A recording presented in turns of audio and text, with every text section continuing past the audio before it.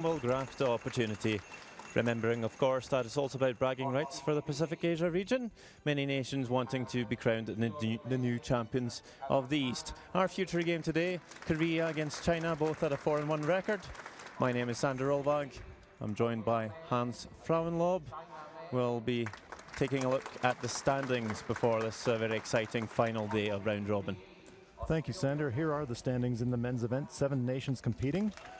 Host nation Japan has clinched their #1 ranking. They're 5-0. Our feature match today, China versus Korea. They're both on 4 win and 1 loss records.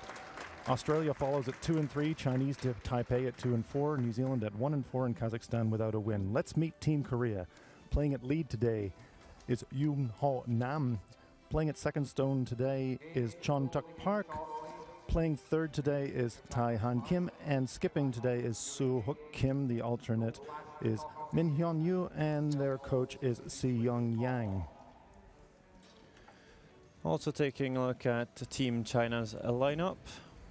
At lead we have So Chang, at second Ba De-shin, third player and vice skip So Du-ya, and at skip we have Chang Cha-liang. Alternate player being Wang Chinbo, and the team coach Li Hongchen. So a bit of a different lineup for Team China. Team China, of course, winning the last 7 Pacific Championships. Most of them skipped by Olympic skip Lu Rei. And we'll see Team China kicking off, playing the yellow stones. Korea will have last stone advantage and also playing the red stones for this game. Last stones are determined by a last stone draw at the end of the team practices. Korean skip Soo Hook Kim puts it right on the pin, so they earn last rock.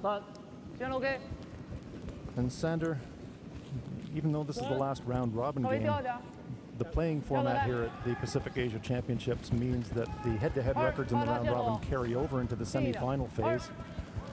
By coincidence, the way the standings are sitting here going into the last round, these teams will face each other in the semi-finals. So the semi-final phase will be a best 2 out of 3. So you can think about this effectively as the first game of the semi-finals. Yeah, absolutely. This is a bit more important than just a normal round robin game because of the setup you just explained. As we take a look at lead for Korea, Yoon Ho Nam. And we will have some guards in play already. We've seen this maybe more often in the men's draws. So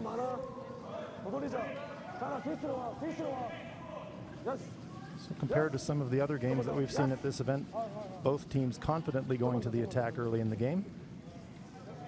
Corner guard.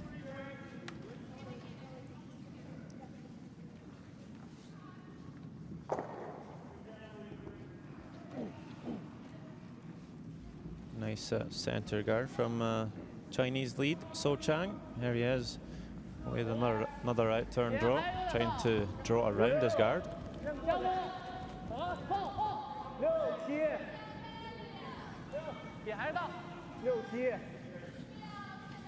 Just as in yesterday's game, track's a little bit straighter in the early going, so they're waiting for this one to curl. Yeah, sometimes you just need to break down the pebble a wee bit before it starts to really curl. Especially at the end of the game, you'll see some extra finish down the center line.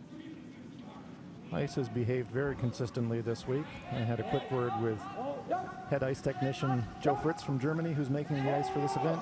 He says conditions here are exactly the same.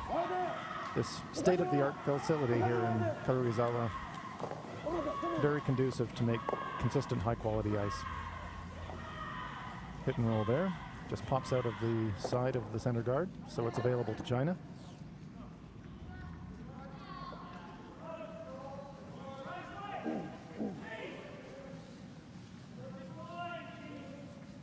On to second player for Team China, Ba De-shin.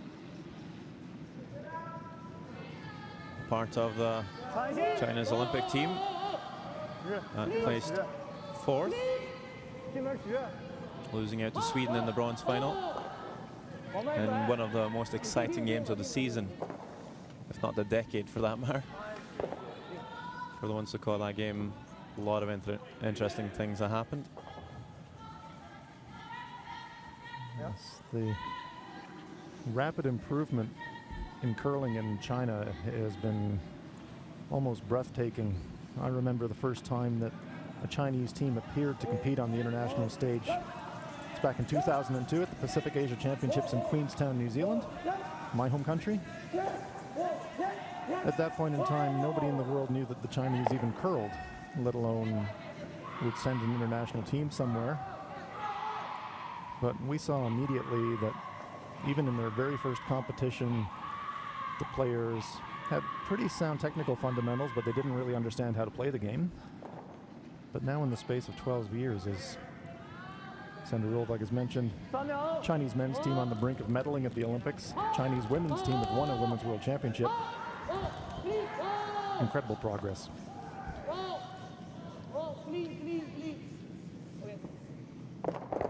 Nose hit. Team Korea rolling a bit too far there, but really when you're rolling towards your corner guard in this situation, rolling too far is a better result than rolling too short, because you will force China to make that hit on the wing, and it will open up this draw around the corner guard. So nice result for Korea. And they will ignore the Yellowstone and try to come around the corner. Often you'll see teams put the corner guard up and not really use it. So it's good to see that the Koreans are forcing the issue here. John took Park, throwing the out turn draw.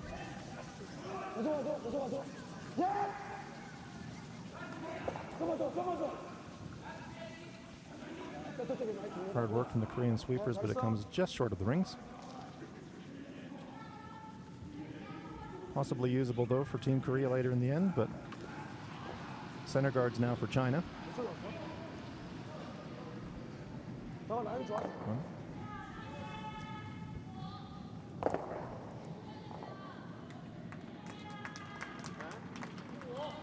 Zhao.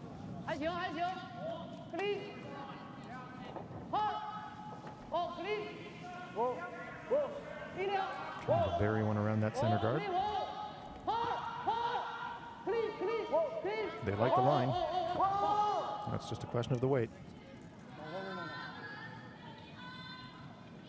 Slides just past the tee line, but fully buried behind the guard. Soo-Ho Kim says, okay, boys, time to pull the chute and clear some of these guards.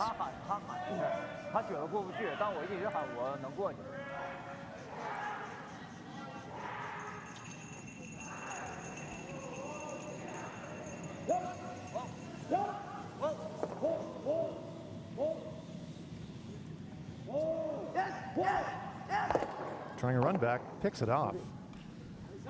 That's a good result there for Korea. Trying to clear the guard.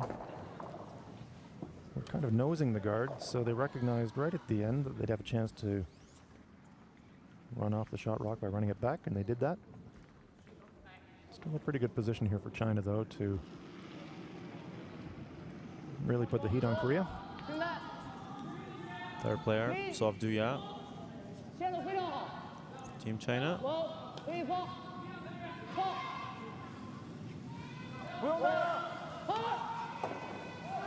Has participated a lot of events as alternate, but did skip Team China in the 2007 Winter University Games, placing 5th. So he has some experience at the head. Another nice stone there, again, just past the tee line, but again, Korea looking to rip the guards. This time be running back their own stone, so. Taehan Kim on the out turn.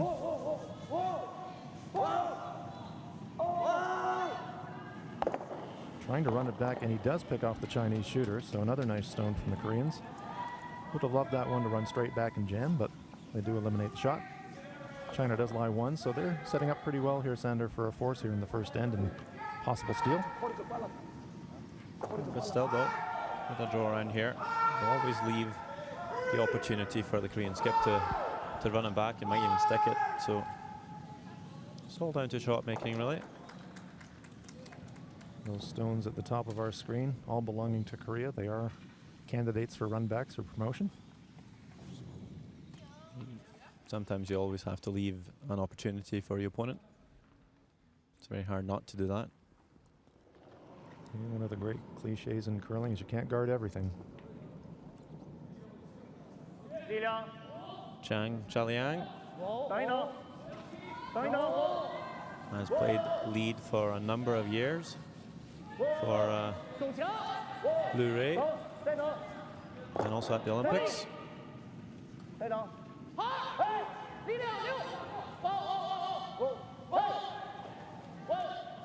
And as a lead, you'd expect him to have good draw weight. The come around the center of the guard would be a shot that he'd be very accustomed to. You're right, Sander. Well executed.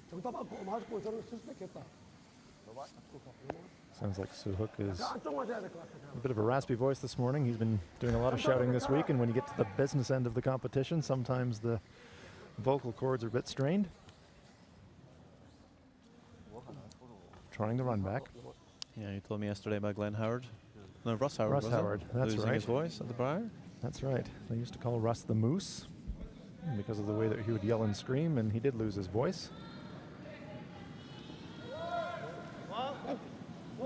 Soo-Hook Kim trying to run back. He's playing a controlled weight here too. So really looking to stick the shooter. And there's the run back. There we go. Nicely played. And it does sit in behind the guards. Really like that approach. Playing the controlled weight. If you play peel there, you're gonna have to be very accurate to stick the red one in the house. And there we see the result of that control weight. That stone is fully buried behind the guard, leaving China no option but to draw. Yeah, it's gonna have to make the same draw, and he will have to leave a run back for a potential two, but doesn't really have any choice at this point. So in the first end, neither of these teams are holding back. Aggressively playing the end. You saw Soo-Hook with his hand in the air. He's asking his players to time this draw. You see players using stopwatches to gauge the speed of the ice. Chang Chalang trying that draw. He just threw it.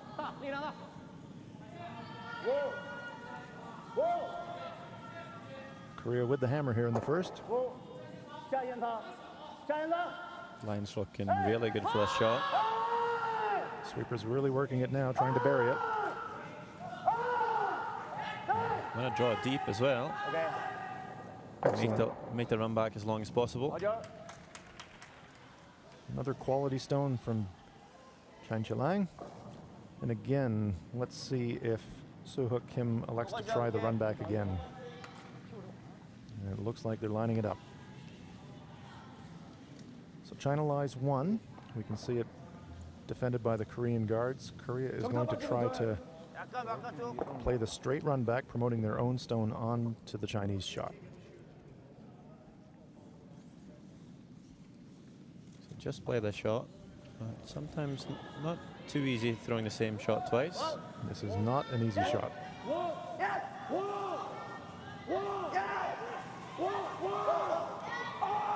Very on and off here. It's got to be close. Oh, look at that shot. Fantastic stone. Will it stay for second shot? Yes, it does. A terrific shot from Soo-Hook Kim. Yeah, that's the way to open a curling game. Two perfect run backs from the skip. And surely going to build some confidence. Wow, what a start. Two perfect run backs from Soo-Hook Kim. And Korea takes a 2-0 lead. High fives and fist bumps all around from Team Korea. Justifiably so. They earned the hammer through the last shot draw, and they made the most of it, scoring there too. But they did it tough. They had to make two perfect run backs. You're watching live coverage from the Pacific Asia Curling Championships 2014. Terrific start to our feature match today. So settle in, curling fans. This one looks like it's going to be a barn burner. A few other games out there today. We'll, of course, keep you updated on those games as soon as there are any scores, especially considering it is the last day of round robin play. Some must wins out there.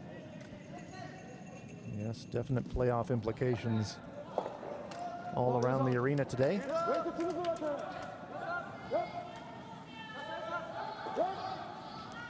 Wow, what a breathtaking start to this game, Sander Olvig. Yeah, that was a really entertaining first end. And with Korea scoring 2, we'll probably see China put their foot on the pedal.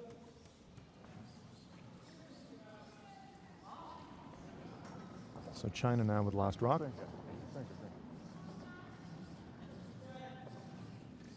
And indeed, the pedal is going to the metal. They're electing a corner guard, ignoring the shot rock. So Cheng.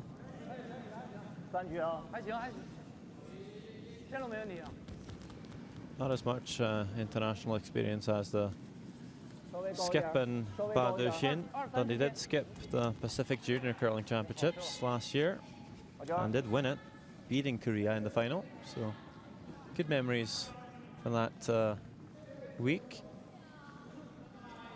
We've seen a number of younger players in this field making the step up from Pacific Juniors and World Juniors level to this open grade. Yoon Ho Nam, Korean lead.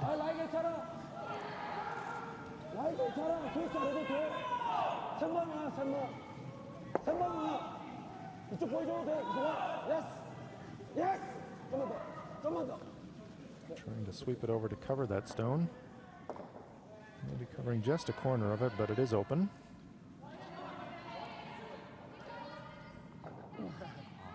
There's Yoon Ho Nam.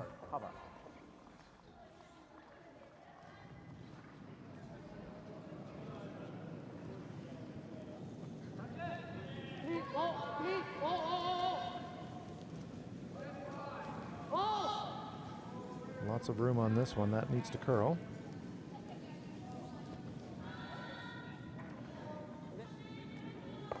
Gets a piece. Does he push it out of the rings?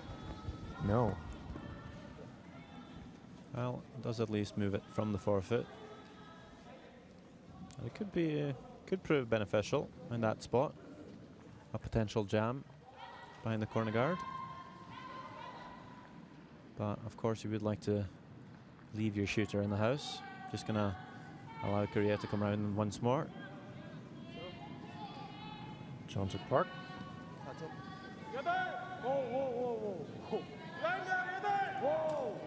It's a big whoa from Skip Kim. So he thinks there's plenty of room past the guard. Sweepers aren't touching it. The line's not bad, but it does look heavy.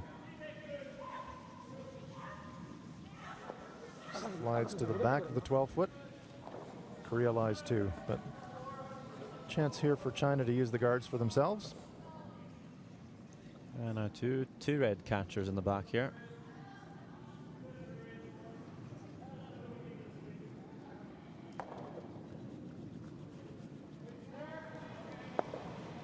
Ba De-shin.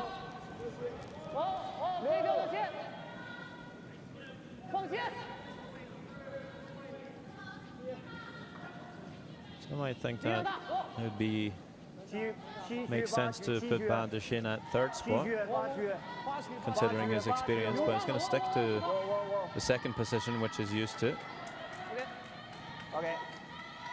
He has played for a number of years. It's a nice weight there by Ba De-shin, but doesn't quite get behind the corner, so Korea will be able to make a play at it. Still going to be lying behind the T-line, though, Korea. So there's going to be plenty of red stones in the back, which China can use to their advantage.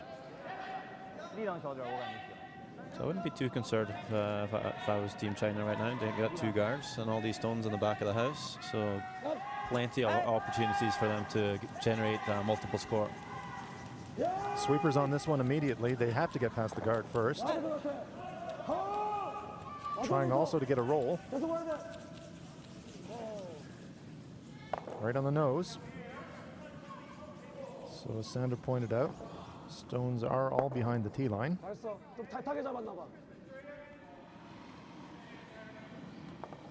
Shan Xiaolang looking for a hit and roll and stick one behind the guard.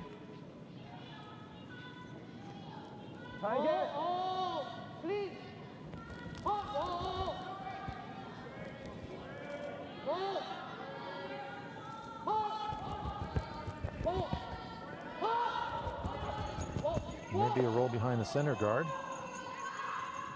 Just pops out the other side, so bit of a tweener there for the Chinese. They were thinking about the outside roll, got the inside roll, but even the inside roll rolled a bit too far. So a chance here for Tsai Han Kim to remove it. Play here in end number 2. Saw a fantastic first end. Korea making 2 awesome runbacks to score their 2 points.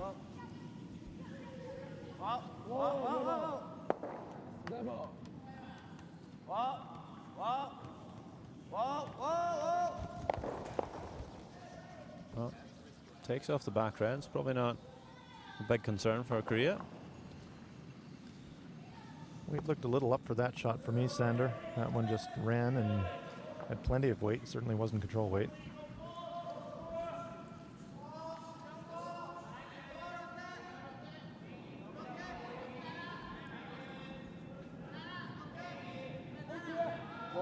So Duja, as mentioned, also one of the more inexperienced players on the Chinese team. Although he has traveled a lot, he was alternate at the Olympics. So even if you're not playing, I would say just traveling with a team to all these different championships does help you. Absolutely, being part of the team environment, you're out there practicing with the team, you're doing everything the team does. You need to be ready to play at any time. So yes, even in an alternate role, you're soaking it up, and it's preparing you to play at this level.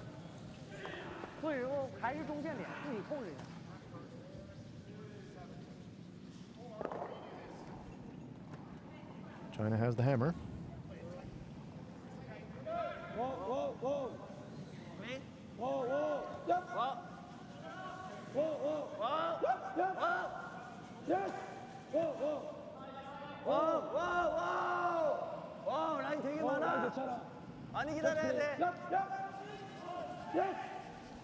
Trying to weld this one. Looking for it to curl a bit more. Pretty nice shot. A little bit of separation there, but Korea's line 1. Again, though, behind the tee line, and an opportunity for China to follow it down. They're just going to play the exact same shot here.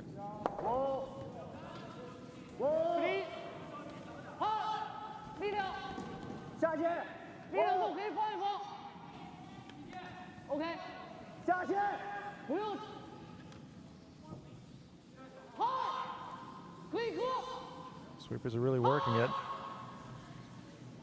Trying to carry it all the way back to that shot. Good stone. Not quite completely frozen, but it is shot and the angles are great.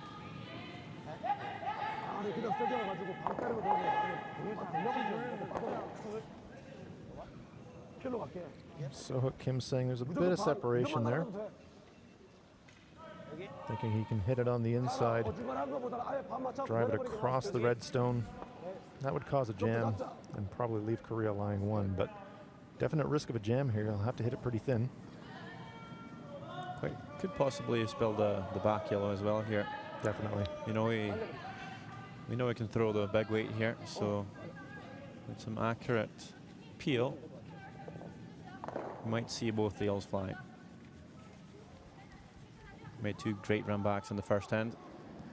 Just looking to improve on that.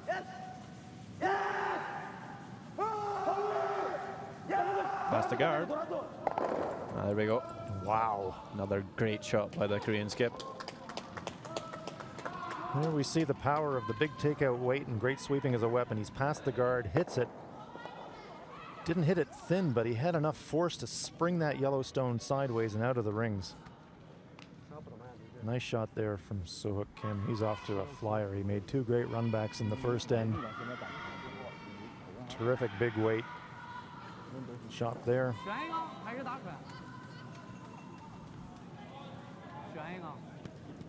This is the last round robin game in the men's competition here at the Pacific Asia Curling Championships. Tomorrow we head into the semifinal phase. Lots to play for all of these teams. The top 2 ranked nations, in other words, the semifinal winners, will go on to represent this region at the World Men's Curling Championship to be held in 2015 in Halifax, Canada. So the mission here for these teams is to get themselves into the semifinal phase and to win the semi. And that would qualify them for Halifax.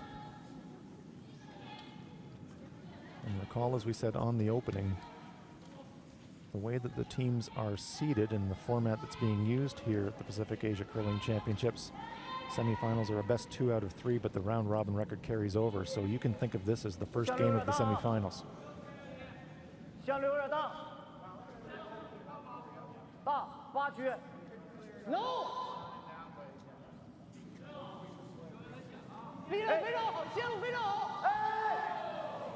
Trying to bury behind that center guard.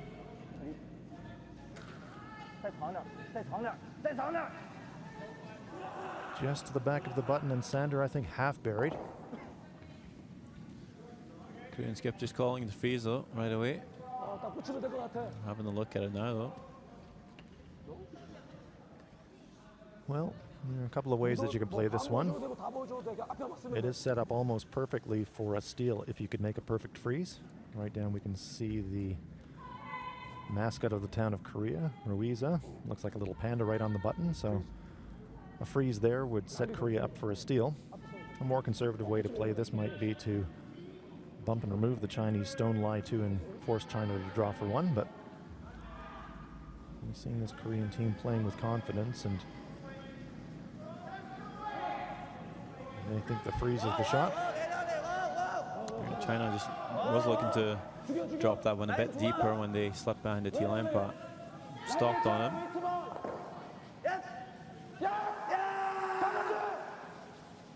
Line looking really good if they can get it there. All 3 Korean sweepers working this one, but can they drag it up into the button for shot? I think it's short.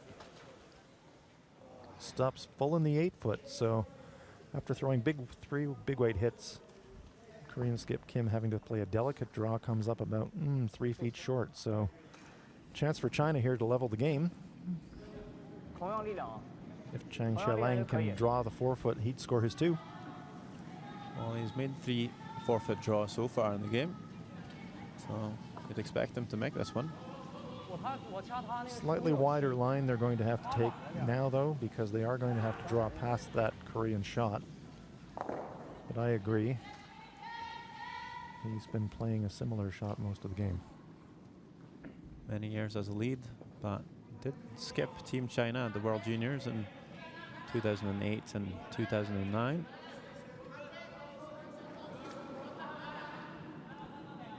With a 3-6 record for both championships.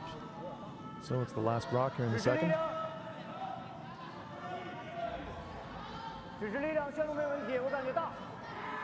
It's in the hands of the sweepers. Sweepers think the weight's there. Maybe too much weight. Slowly coming to rest. And a nice shot. 2 points for China. Chang Xiaolang executes the draw for 2 perfectly, and China has tied it up.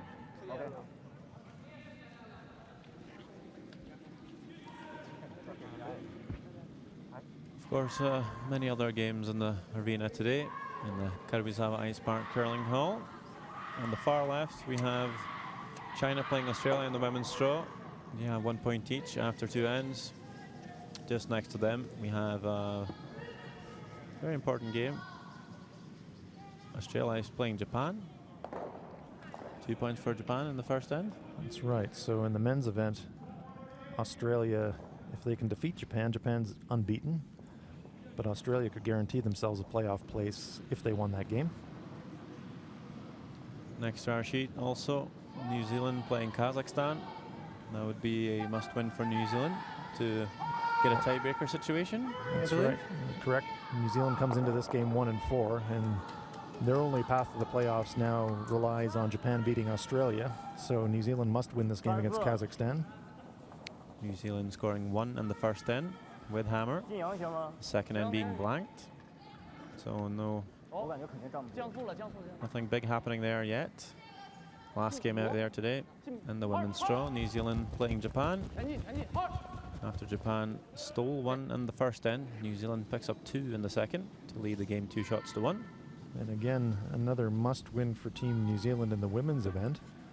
Were they to win that game against Japan, and if the Australian women were to lose to China, that would force a tiebreak for the final playoff position in the women's event. So playoff implications all across the sheet today. We'll keep you updated, but let's return to our feature game, Korea versus China. The team have traded twos. We're level at 2-2 after 2 ends.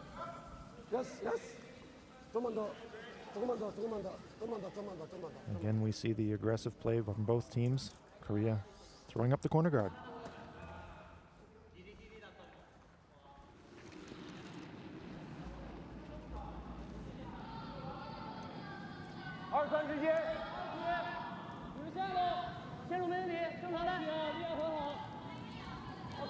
So Cheng.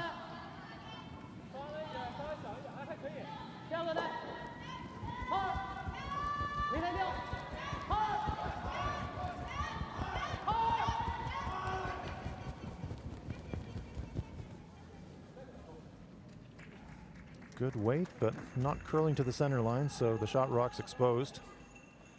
And because that guard's not on the center line, Korea will be thinking, well, that's kind of 2 corner guards, really. We can use those. Yu Ho Nam, Korean lead.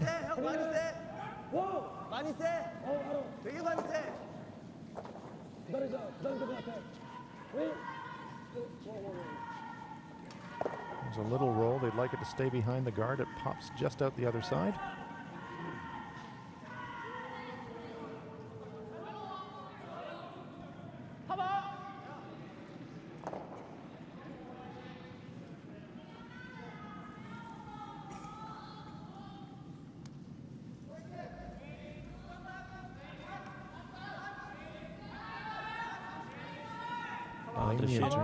Playing the intern.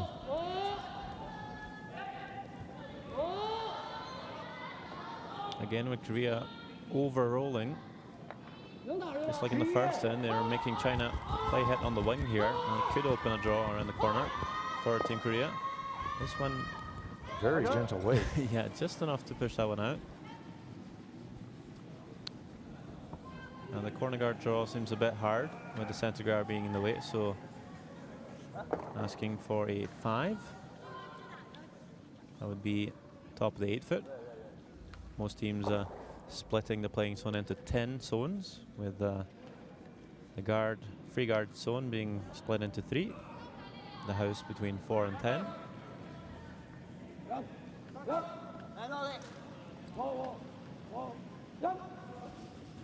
Don't want to come too deep, because China will probably come with a freeze.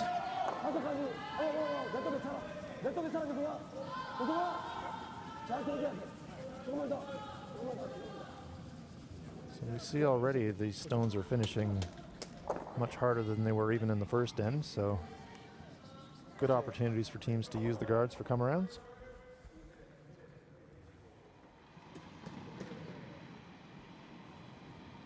Zhang Chaoliang calling the run back from Badushin.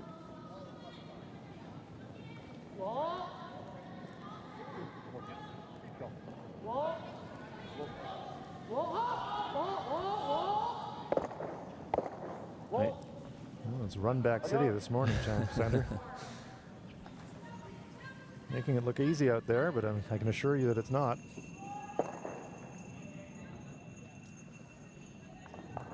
Great job. Corner guards useful though for the Koreans. Those Chinese stones in the rings are only just in the 12-foot, so lots of real estate to work with. So Kim calling for the draw again. Sweepers working this one really hard. I'm not quite sure if they're going to get there. Hard work from the Korean brushers, but yes, they are coming up short. This might be an opportunity for China to come around the guards instead. Yes. Execution error there from Korea.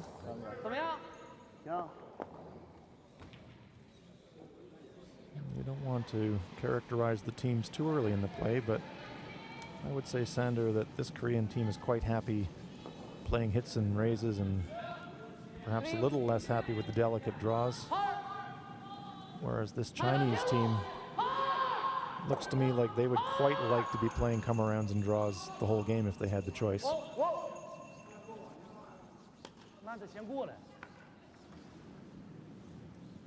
Sliding just past the tee line. Kim sweeps it to the back of the 8-foot. So definitely deeper than China would have liked.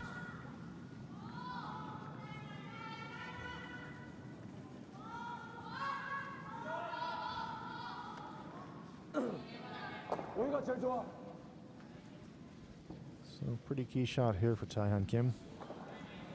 China's lying 3. Korea needs to get one in there. Korea does have last rock.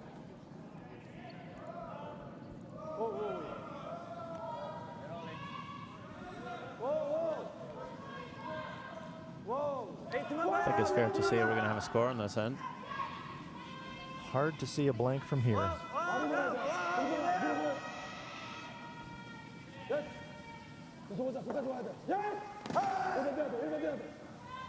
Here's a better looking shot from Team Korea. Would have liked that another foot deeper, but probably 3/4 behind the guard. So a bit of a choice here for China. You can see I don't know. What do you like? Should we play at it? Should we run the guard? Should we freeze? Cheeky call, could be come around everything on the outturn draw, but they might not really know the weight on that side, so I think the freeze is called. Looks like the freeze to me, Sander. Trying to choke off the access to the button area and acknowledging that quality of that Korean shot and saying, okay, let's try to hold you to 1.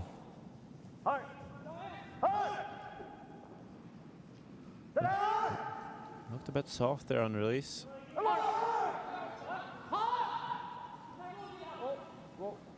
Weight being a bit down on this draw. Now the center line really clogged up. It's a good 6 feet short. So great opportunity for Korea.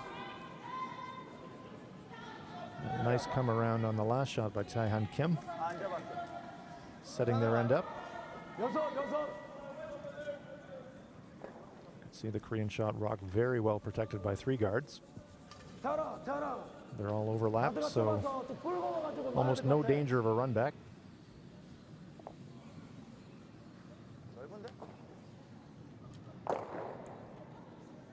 Korean team just confirming what they think the weight of this shot should be. Probably just want to sneak past their own red by a foot or so. Don't want to be deep with this one. Hanging on the corner guard so far, so just waiting for this one to curl. It's getting there. He's diving in now. Can they get it by? No, I don't think so. Just waited a second too long. Could have been a perfect shot, really. Well, it's as a skip when you're calling the line on a draw shot like that where you've got guards in the front. That stone was on that red corner guard on the left-hand side of our picture for about 3/4 of the length of the shot. You have to wait and wait and wait and wait to make sure that it's clear of the guard before you call the sweeping. And if you get it just a fraction late, as happened on that shot, it dives across. So big finish on the draws here.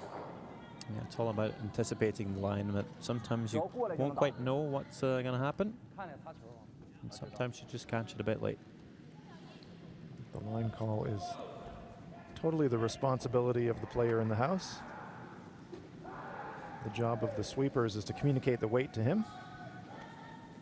And as Sanders said, it is all about anticipating the break. Still a pretty good shot, though. Half buried. Yeah, seems like Zhang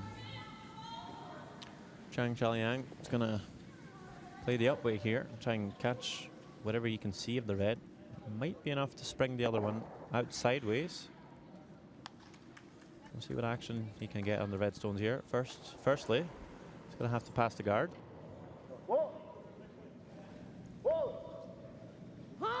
Big weight.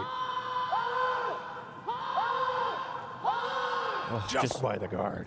I actually caught that one too thick. He made it too well. He was looking for a little bit of action on the other shooter, but was so close to the guard. He made pretty full contact on the target rock and leaves Korea lying one.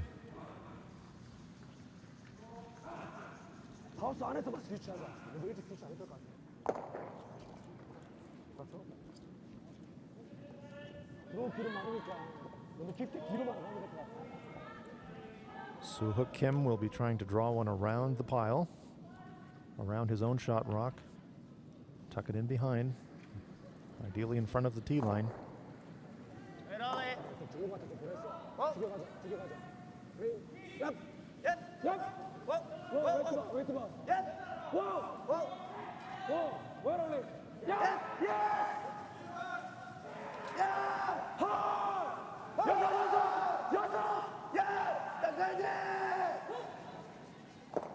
Again, they just feather it.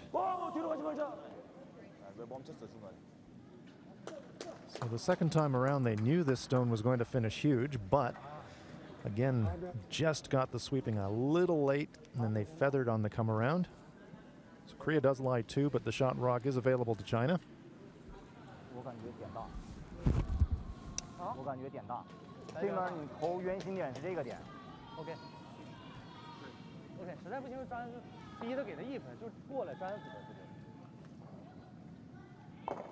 So looking for the freeze here.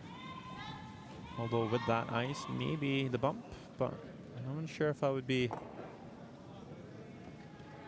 bumping here. You don't want to bounce off and leave a shot for three. I think if you freeze here, you pretty much guarantee a force. So I'll be well happy with that. So another big moment. We've seen ends building up here for both teams early in the early going.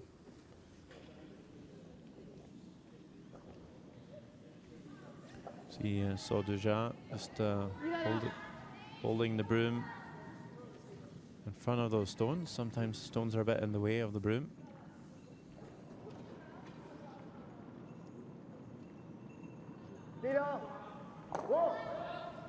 I think they're just going for the freeze here. The temptation is to try and lie shot, but it would introduce the risk of a three.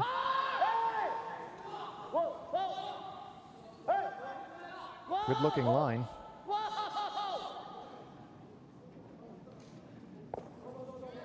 Good stone there from China. Really close. It looks to me like Korea might be lying one. Yeah, I think that's pretty good though. That is a pretty good shot. Actually curl a fraction too much. Yes, we've seen stones on this in turn really finishing hard. There's a great shot from our team.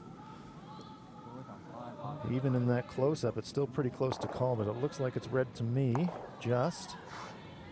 With the line call there, it seemed like he was maybe trying to bounce it back and flop in behind the center guard. Because did it overcurl a bit? I think they were sweeping it for a line. They wanted to try and keep it right on the nose to try and keep the jam going and maybe even count one. But as you said, Sander, the risk there of separation between the stones might have introduced a three for opportunity for Korea. So the question for Korea is, can we hit that yellow stone full enough to squirt it out sideways and still save our shooter to score two? Is the shot there? And to make that, they would really have to squeak the guard, and I'm not sure it is there. Well, yeah, I think they're actually looking to just pick off the yellow one clean here. Just feather the yellow one sideways and scoring with the two reds that are already in the house. Well, a clean pick would be really difficult. Last shot.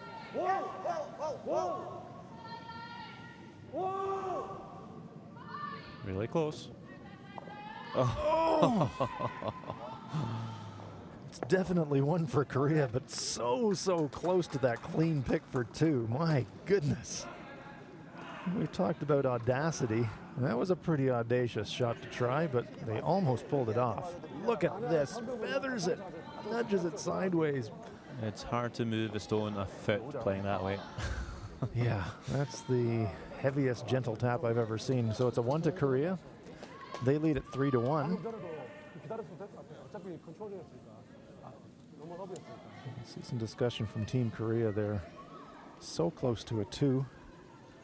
And if they would have made one of those come-arounds without feathering the guard, they might have even had a chance for a 3, but might-haves and would-haves are history.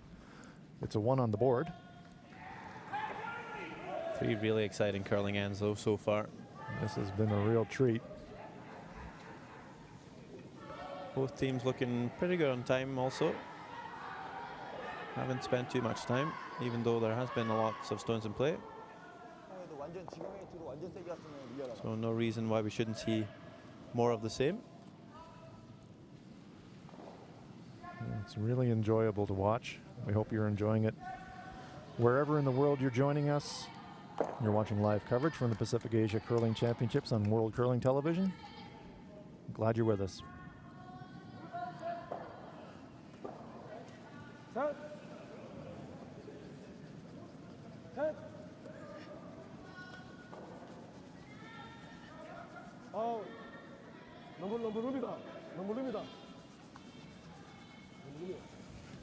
Catch our breath a bit from the excitement of the third end. Start again for end number 4. China now with last rock.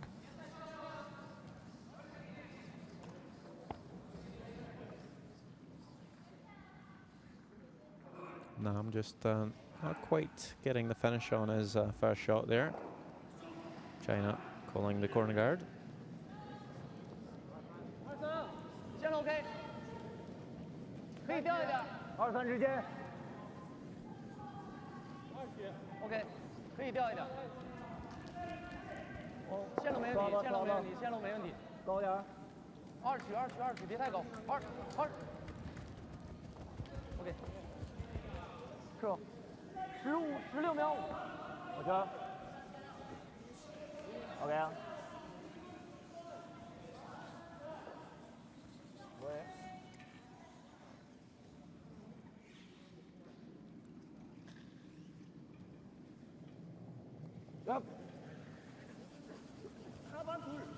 계속 와줘.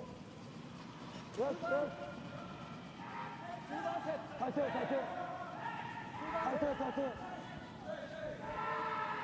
멀리 세우자, 멀리 세우자. 됐어.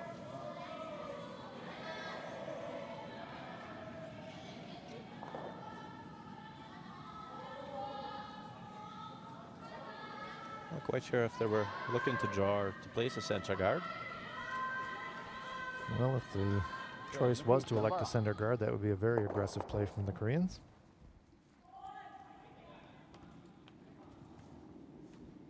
Maybe unhappy with the first stone's placement. But a few guards in play for Korea, that's for sure. Now with there being 2 center guards, China's going to try and come around those instead of the corner guard.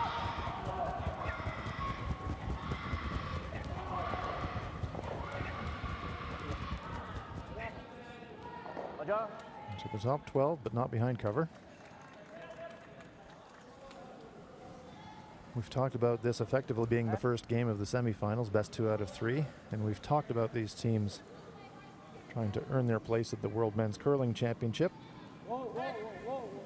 Those men's worlds are also the path to the next Olympics, which of course will be in Korea, the next Winter Olympics in Pyeongchang in 2018. So this is a step on the road for qualification for that event. And of course the Korean team, with the Olympics in their own country, have even more focus on that event.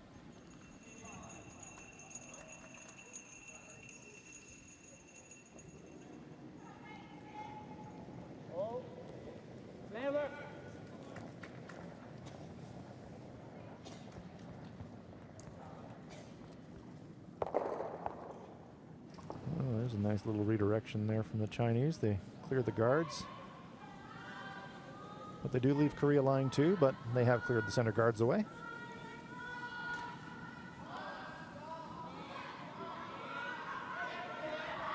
So a bit of a decision now for the Koreans. Their two shots are well spread across the house, so you are kind of set up for a force here.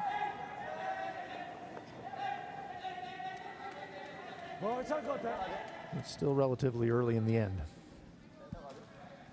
너가 두 번째 구지. 가드 쳐도 상대 히트 롤이야. 붙일까? 센터.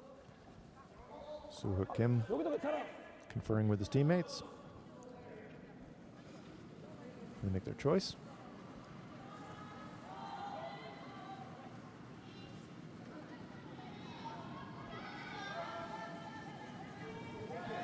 Jeontuk Park.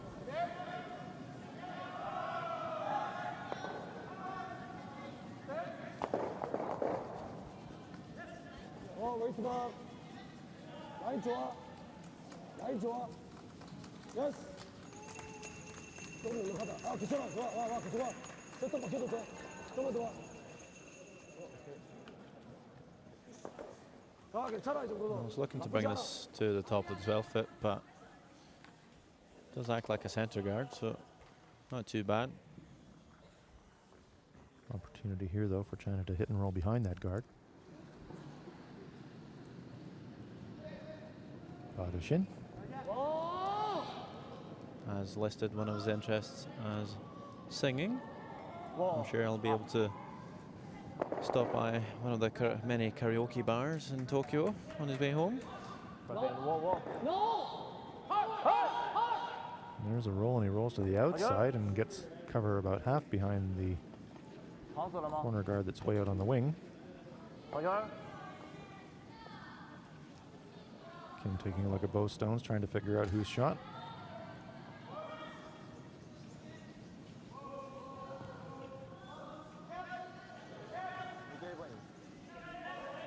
Staying aggressive here. Gonna draw around the center guard. Does see enough of the L to make a play on it, but we'll ignore it. Let's see from our overhead shot that Korea is lying one. 나이스 파이. 여덟 안 돼. 여섯. 라인 많아. 가만 스위스로 가도 돼, 그래. 스위스로 가도 돼. 더 돌려야 돼. 밀어넣자. 예스. 밀어넣어. Coming to rest in the top 4 foot, probably half behind cover.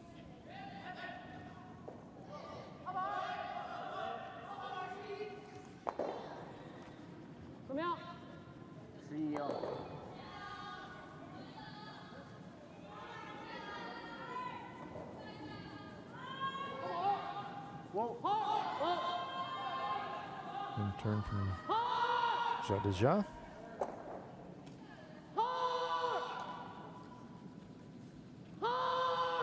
Are they by? Yes, they're by.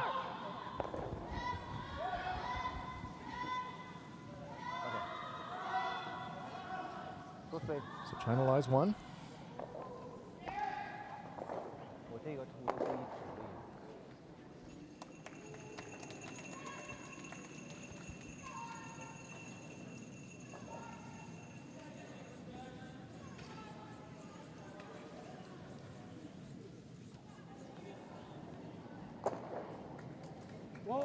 Jae-Han Kim.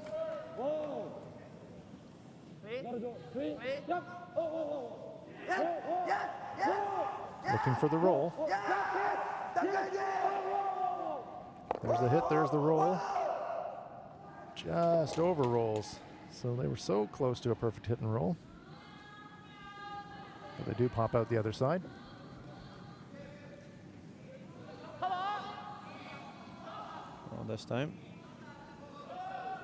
Jialiang just looking for a hit and roll in behind the red stone at the top of the 12. Very short roll to make here, so good opportunity if they can play delicate control weight. This one really tight on the guard though. Can they hold the line? It's going to be all over the guard. Crashes that guard. At least will open things up. Pushes it onto their own, so that's a disastrous result for the Chinese. Yep, Korea-Lang 3.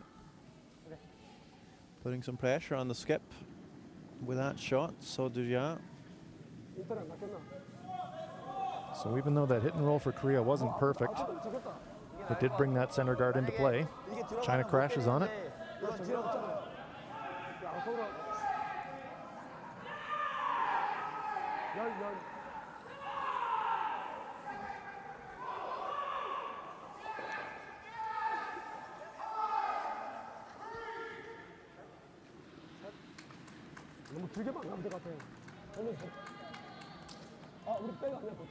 China with the hammer here on end number 4. Korea's leading it 3-2. Good opportunity here for Korea to potentially steal this end.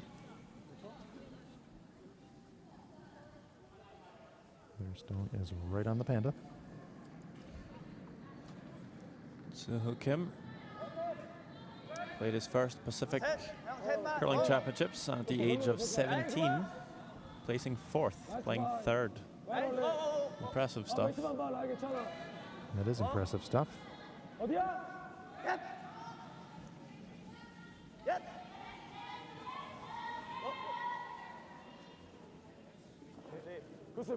I'm not mistaken, Sander, I might have been playing in the same competition as that, and that was probably considerably older than 17. Great guard there, perfectly covering the shot rock.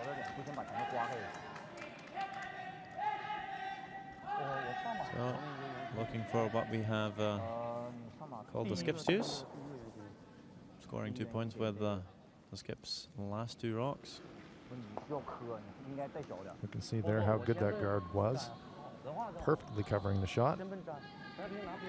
About 7 feet though between that guard and the shooter, so opportunity perhaps for China to draw around to the shot rock.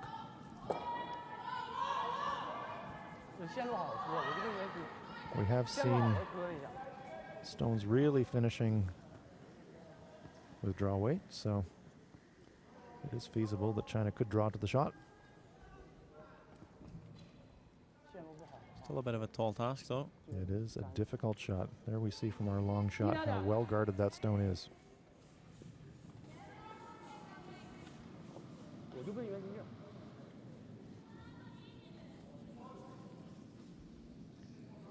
Really important for the communication to be present for this shot.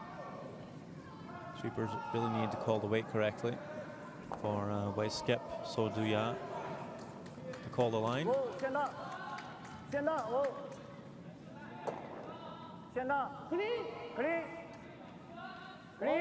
This should be close.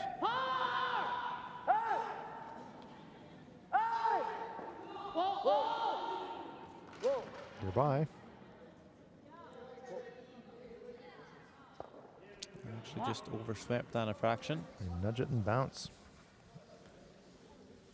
So great opportunity here for Korea to weld another one in there and generate a steal. We see Korea is lying 1. Little nudge there popped it out a little bit on the outturned side. So a couple of options here for Korea. One would just be the freeze. We can see where the brush is. You could weld one in there. If you could make that on the intern side, you'd probably guarantee yourself a steal of 1. You could also try to put a lot of heat on China, play a hack weight or board weight hit and roll on the yellow stone, rolling it on top, and make China look at 4. 나도 이거 치는 게 나을 것 같아. Another one of those situations where it's 정답은 괜찮아. nice to lie 4, but I'd rather put 2 really good stones in the right spot. 이것도 더 쉬워. 치고 저기다서도 상대로 돌려갖고 더블 쳐야 돼. A couple of ways you could play this. Personally, I would favor trying the little bump and roll for a couple of reasons. First of all, it does open up the chance where you make your opponent look at 4, but would also totally eliminate your opponent scoring 2. 스톱. 밑에 롤 하자. 정타도 괜찮아. You are ahead 3-2 in this game, so if somehow China did manage to score 1, you are still on level terms, but if you make them look at 4, little mistake there, and you are off to the races. 이렇게 하면 상대가 1점을 못 따. 자, 바꿔 들어오면 제일 좋아. Even with a nose hit on the yellow, you're probably forcing Chaliang to draw the out turn for his point, and since he's just played the in turn, might not know that path as well. So I think I agree with you, Hans. Wouldn't mind removing the yellow.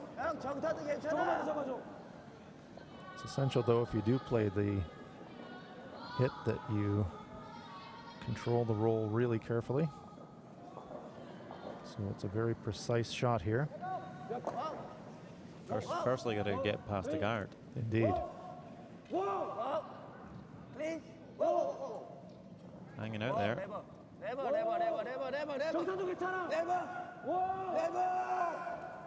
Finishing up now. Right on the nose. So interesting rock positions.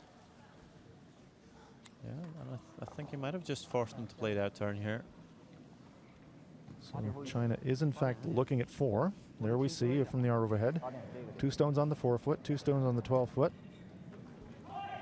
Difficult on the in-turn side to make the draw. Out-turn side, China can get around that center guard and onto the button to save 1. But no room for error here from China. Have to navigate the guard, draw it into the 4-foot and have perfect line. Well, a little bit heavy, Korea will steal 2. A little bit light, you could crash the center guard and drop 4. Well, Chaliang hasn't drawn this path in this game. Remember, in the second end, he played 2 in-turn draws for 2 points. And his first draw on this end was also an in-turn, so... Big moment. Yeah, a bit of unknown territory here for the Chinese skip. He's going to have to rely on his sweepers. Out turn. Last stone of end number 4. China drawing against 4.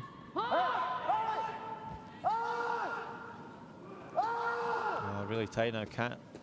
Cannot bounce the guard. Will they get by the guard? Well, I think there might be a chance he's bouncing the red one in. So it's a steal of 4 and maybe 5. No, it's 4. Big steal of 4 for Korea. China on the out turn, so Korea with a huge steal of 4. Chan Xiaolang on the attempted out turn draw. A little bit narrow. Rex on the center guard, and after 4 ends of play in this critical round robin game, Korea jumps out to a huge 7-2 lead. So Sander, the tactic of making the opponent look at 4, paying off huge for Team Korea.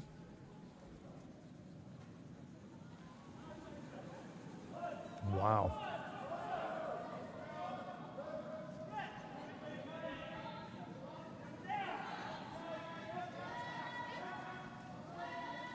Perhaps a decisive blow in this contest, already scored in the 4th end of the game.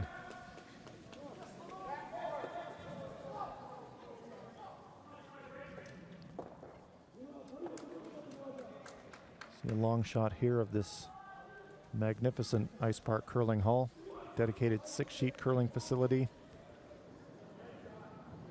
in Karuizawa, Japan. We see Korea already saying, hey, 5-point lead, that's enough for us. We're throwing it through already. Yeah, not very often you'll see this tactic employed in the 5th end. So a little bit disappointed. I wanted to see more of this game. We had some really interesting ends, some aggressive play. So for the neutral viewer, a bit of a shame that Korea picks up 4 in the 4th end, but then again, you have 6 more ends to go. If China could pick up a 2 here, I'd say it would be still game on. Well, that's right, Sander. This is obviously an enormously important fifth end for the Chinese. They'll be reeling from that 4. And if their mental discipline is strong, they'll be saying, yes, we've still got 6 ends to play. We can score our 2 here. We would still be trailing by 3, but you'd be thinking you've got a chance at least. But you really do have to respond to that 4 right here and now. This call's a bit strange to me.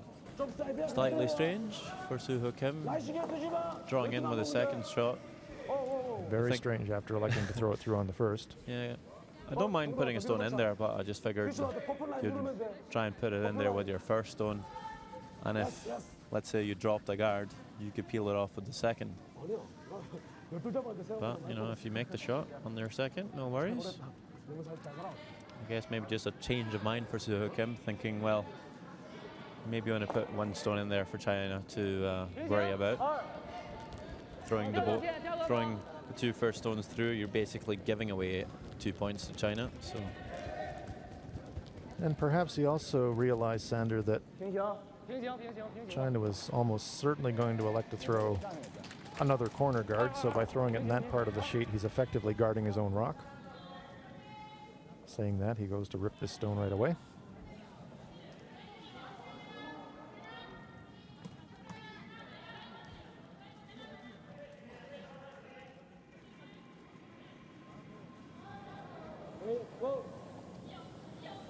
There's a heater from Chonsuk Park.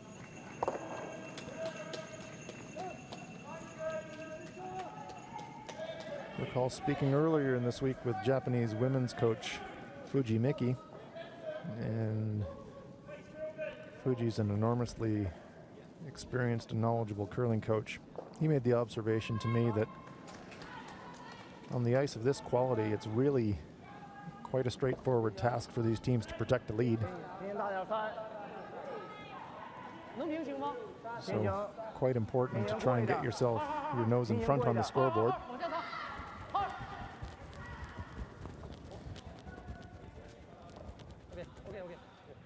See now Korea with an enormous lead.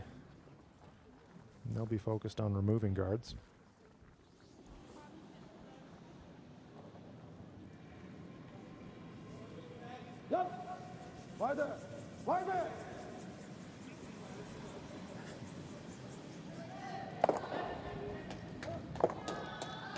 Two good peels from Chonsuk Park.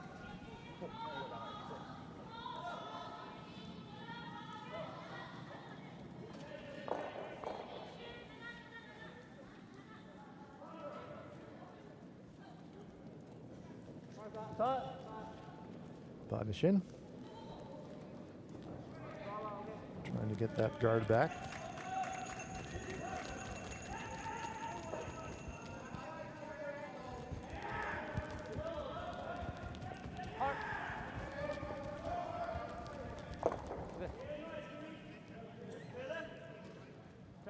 Big separation between the hills. No doubles on, that's for sure. At some point here, you'll see Team China draw around the corner guard. They're trying to stay patient.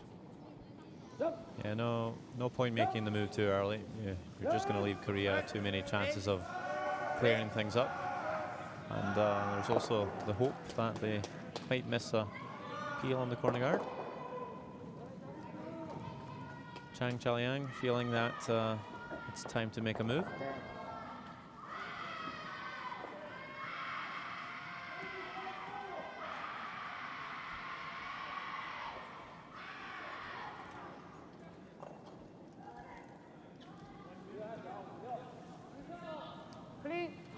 So Jia on the intern.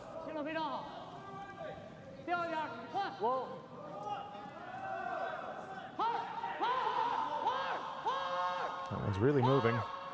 Squeaks by the guard. Good sweeping.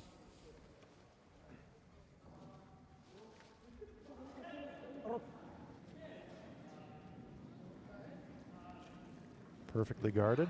So Team Korea will try to rip the corner guard.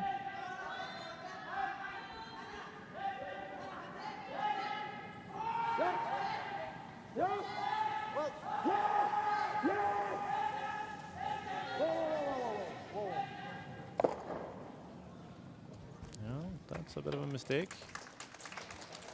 Removes the guard, but leaves the center guard.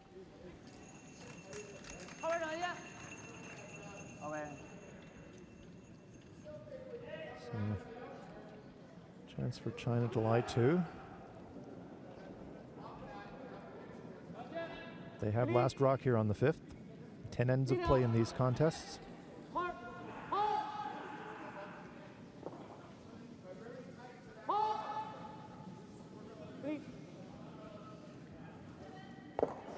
Nose hit, China lies 2. Wonder if So Kim's gonna attempt a double here. Maybe a bit optimistic. Looking for a roll though, either in behind the center guard or all the way towards the yellow. Trying to group the stones. Yes, definitely like to close those up.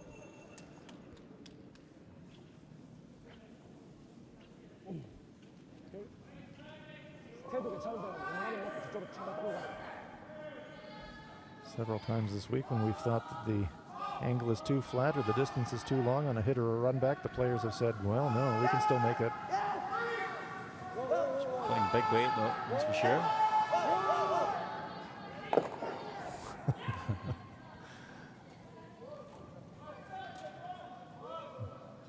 Playing that weight, I think the double was on.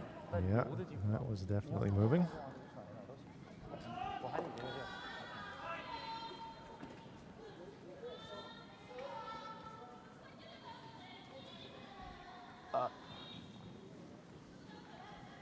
I think if he knows again here, the angle for the double is not very good for Korea. So I think that would be enough. Probably score 2.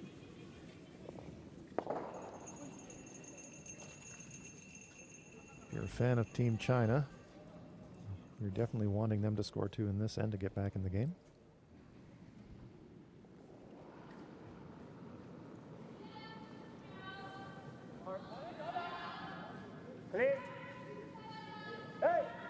If anything, you want to roll slightly in behind cover. Really working this. They needed to hang around. Thin hit. Quiet weight just pushes it out of the rings. Yeah, but he's left out of it. Pretty straightforward double for Soo-Hook Kim. I think so. Yes, they are pretty flat, but we've seen the kind of accurate weight that Soo-Hook Kim can throw. If he hits about 2/3 of that rock, the angles are definitely there to make a double. I think he sees about just enough where he needs to hit. Surely tolerance on the shot is just taking off 1 yellow, not wrecking on the guard.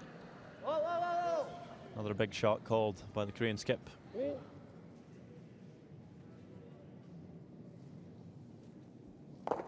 Will take off 1, so playing it a bit safe there. That's a very good point about execution tolerance, Sander. Would have been a very bad mistake with a 5-point lead to crash the guards, so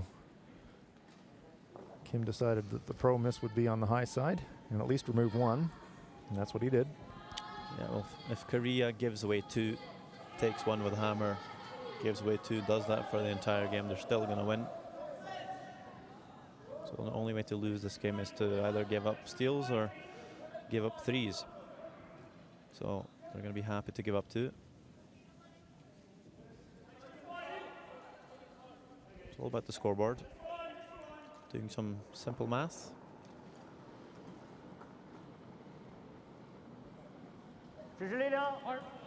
Definitely right. Doesn't matter if you win the game 12-1 or 7-6. It's all about the result at the end. Last stone of the 5th end for Cha Liang. Easy. Looking pretty good for 2 here. So that's a bit of a clawback for Team China, but still have lots of work to do. But for now, both teams will head into a 5-minute break. We'll give you a few updates on the games before we head off. And women's draw, China playing Australia. It's China with a 1-point lead with last stone in the 6th end. Important game there for the Australian women. If they win, they lock up a playoff spot. Australia playing Japan on sheet D in the men's draw. Japan with a 1-point lead as well with last stone and the 5th end. Tons of stones in play in this 5th end. And similarly for the Australian men, a key playoff game for them. If they can win this game, they would guarantee themselves a playoff spot. If they don't, they would fall into a tiebreaker. Also in the men's draw, New Zealand picking up 2 points in the 4th end against Kazakhstan, leading 3-1. Once again, playoff implications. If the Kiwis lose this game, they would fall out of the tiebreak scenario, so they must win, and they are now out of a 5-1 lead. Yeah, just picked up 2 points, I see. So cruising towards a win, New Zealand. And the last game, New Zealand women playing Japan, scoring 1 in the 4th. So the Kiwis lead 3-2. And once again, New Zealand women fighting for their playoff lives. They need to win that game, and they must have the Australian women lose to China to keep their hopes of a tiebreak alive.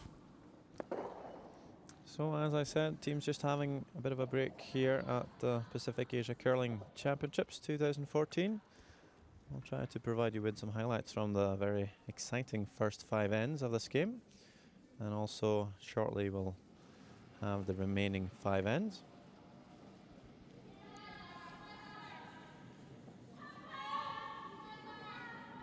It's a beautiful mid-November day here in Karuizawa. It's a resort town. It's about 1 hour on the bullet train, the Shinkansen, from Tokyo to here. It's a very popular holiday destination for those in Tokyo. But this week, in the Pacific Asia region, it's the center of the curling world for them.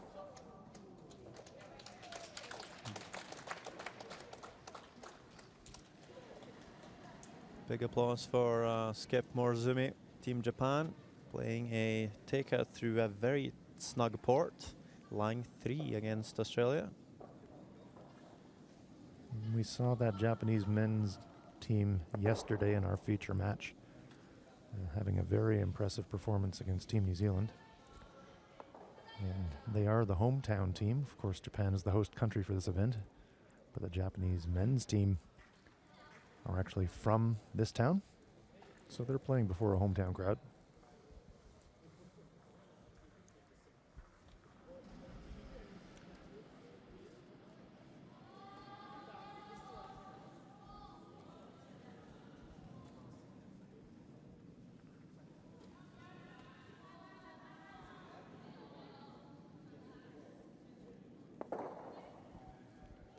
Talked about the men's playoff format being a best out of 3 semifinal format.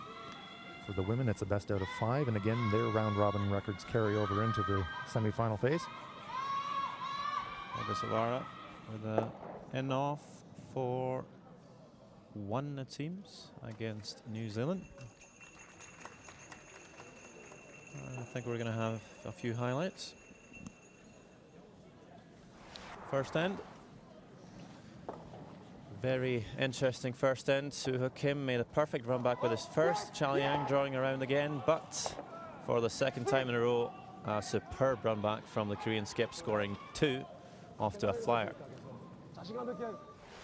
In the 2nd end, however, Cha Liang again, a good draw with his first. Soo-Ho Kim couldn't follow up with the freeze, so the Chinese skip plays a similar shot. Scores 2, it's all tied up after 2 ends. A whole heap of stones in the 3rd end.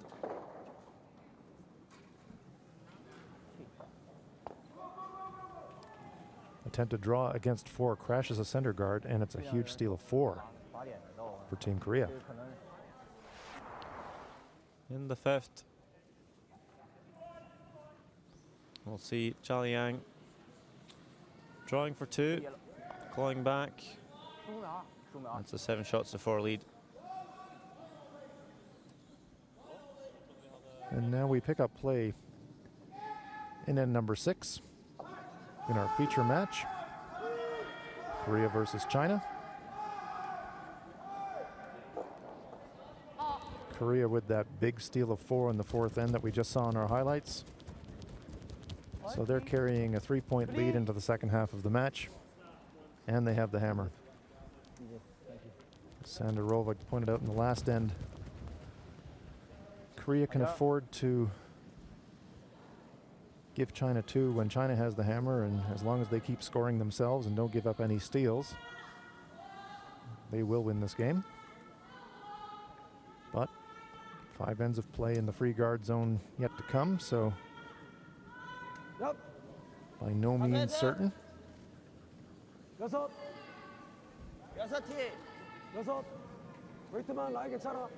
a really important deuce for the Chinese in the 5th there, Sander. If they wouldn't have responded to that 4 with a deuce of their own, I think China would be gone for all money right now, but they'll be thinking they still have a chance in this game.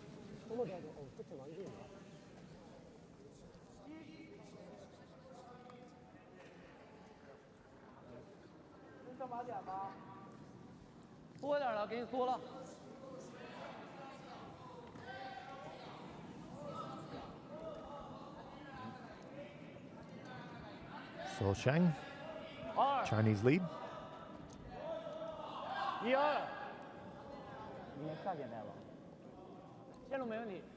China electing to stack the corner guards, so they're saying we're down 3 boys and we're going to go all out for steals.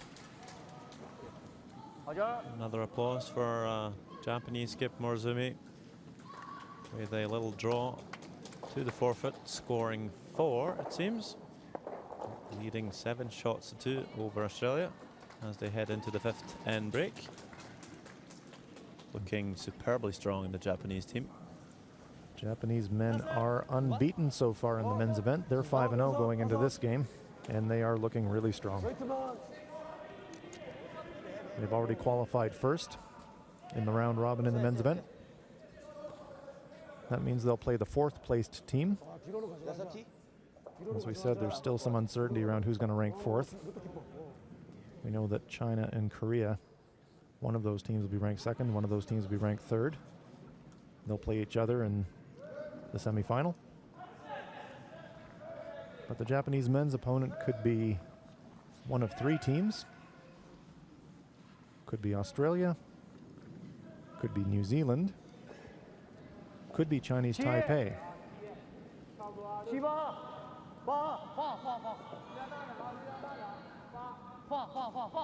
For Chinese Taipei to make it into the tiebreaker, they need New Zealand to lose to Kazakhstan, but currently New Zealand's leading that one 5-1.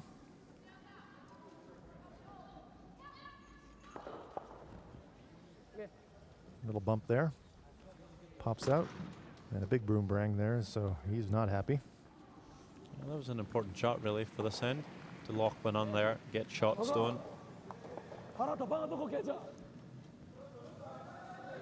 Suhu Kim looking at the draw. I think peel on the guard would be the best call here. So we saw China stack the 2 center guards and then try to make that freeze to take advantage of it. Popped out the outside. Temptation might be there for Korea to try and just suck another one around there, but with a 3-point lead in the hammer. Safety first, so they're electing to rip the guard.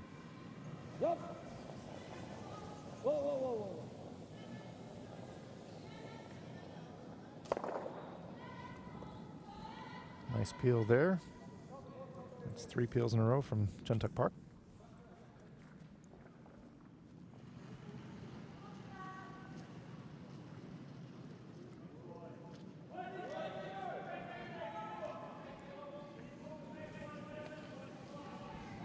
Let's see if Badishin can compose himself after the disappointment of that last shot.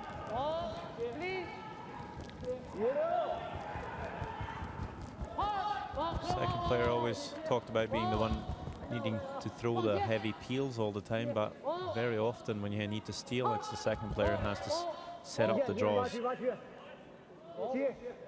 key shots. This one looks much better. Okay. China lies 1. Yeah, I think they're lying shot, so that might just be the stone they have to be guarding throughout the whole end. See Korea take off the center guard, and I wouldn't be surprised if China puts up another one. Yes.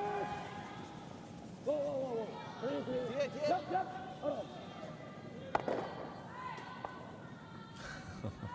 Almost takes off the back yellow. So that's 4 peels in a row for Chantak Park. China lying 1. Korea with a 3-point lead rather, 7-4, playing end number 6. In this crucial round-robin game. Crucial not because it matters for the standings, but crucial because the head-to-head result of this game will be carried over into the semifinals. Semifinals are a best 2 out of 3. These teams will play each other in the semifinals, so this is effectively the first game of the semifinals. And in a best 2 out of 3, winning that first game, of course, is a big advantage.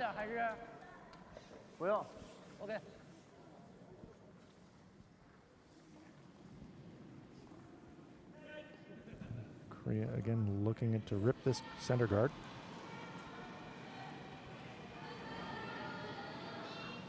Yep. Whoa, whoa, whoa, whoa, whoa, whoa, please.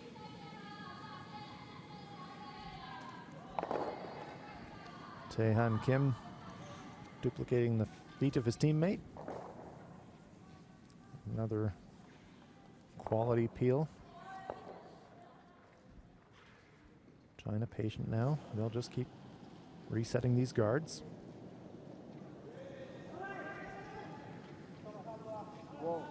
Some point, Sander, that might leave an angle run in for Korea that they might have to play to remove that Chinese stone.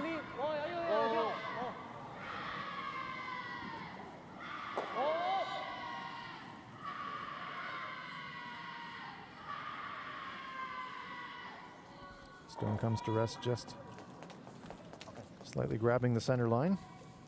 Korea immediately looking to remove it.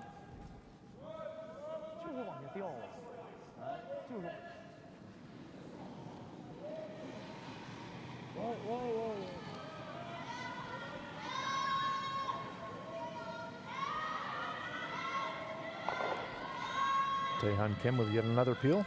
That's 4 in a row for Korea.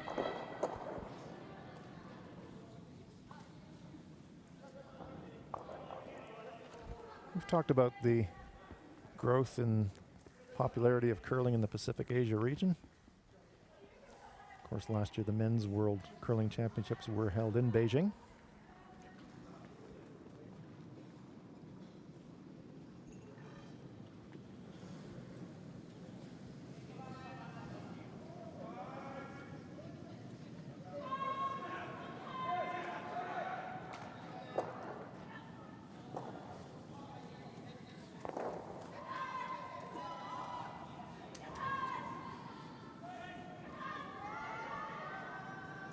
Chang Chalang trying to defend his shot rock. Center guard for him shouldn't be too unfamiliar, as mentioned, being playing lead for a number of years. And it's not unnormal to see a lead stepping up to 4th position with that draw weight ability. John Schuster, for example, skipper of the US team, did that. So I spoke earlier in the week that in my view at least, the introduction of the free guard zone rule and the importance of the lead stones means that really, for me, the lead position is now probably the 2nd most important position in terms of the range of shooting skills and consistency in the team. So you're right, Sander. Not uncommon at all now to see lead players moving straight to the head to take the skip position as they gain more experience. Here is that attempted angle run-in that we spoke about. Absolutely perfect. That's class. Soo-Hook Kim again with the big weight shot. Look at the angles. Red stone, yellow stone, killing both yellows, squirting out the side of the house, and Korea lies 1. Precision shooting there. Angle double takeout. Nothing to it. Fist bump. Still leaves a red stone behind the tee line though. Neatly tucked behind the center guard. So the nice draw from Chaoyang. China could still steal in this end, but that certainly did help Korea. Must make shot for Chinese skip. They trail by 3.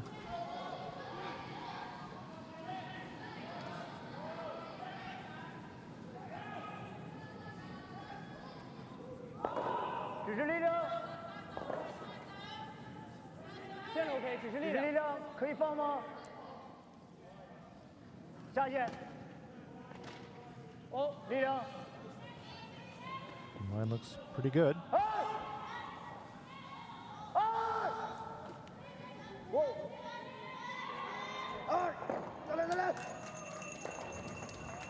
Well swept, but not quite all the way to the face of the Korean stone. Korean players taking a really close look at it. Quite hard to tell even from our close-up overhead. Close-up overhead of 2 heads. Yeah, I'm not quite sure. 3 heads are better than 1. Are we, shot boys? Not sure. I thought red right away. It looks like yellow to me, to be honest. Well, I think it's probably close enough that Korea will wind up thinking, well, we're going to have to, for safety's sake, be thinking about nudging that Chinese stone to make sure that we scored 1. But it's quite a crucial determination because it does change the shot selection. If you were confident that you were lying 1, you would simply try to cold draw onto the button for your 2. If you weren't confident that you're lying 1, you'd say, okay, it's still a cold draw, but we'd have to be playing to nudge the Chinese stone to get our 2. There we get a great look at it. Does look to me that it is the yellow stone just by a hair. I think they're just drawing the pin here though, either way. Last shot. Here on end number 6.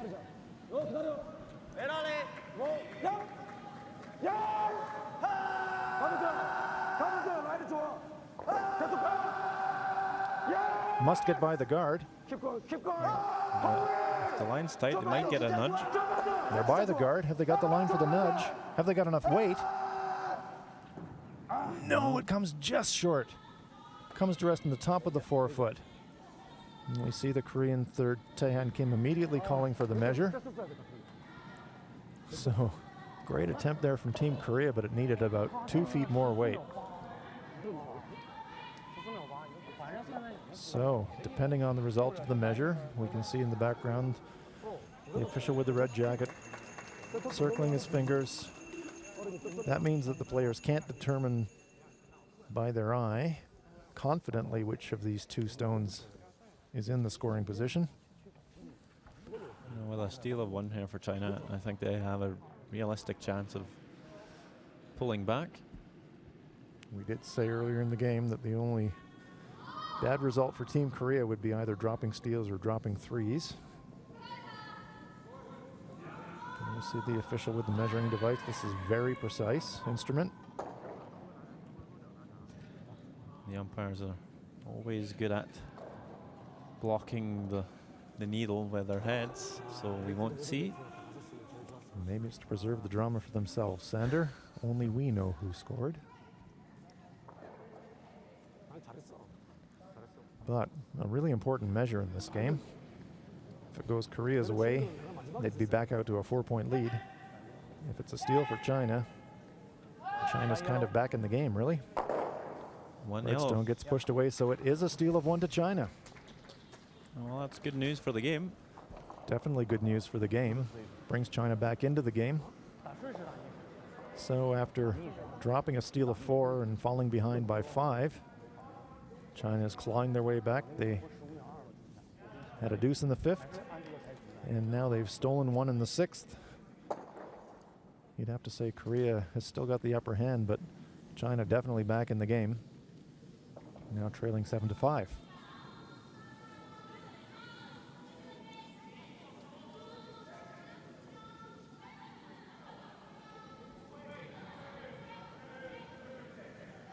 So that sets up a pretty interesting final 4 ends of play, Sander Rovak. Yeah, well, if China plays the normal formula, forces Korea to 1, takes 2, force, take 2. We're all tied up after 10, so that is quite possible.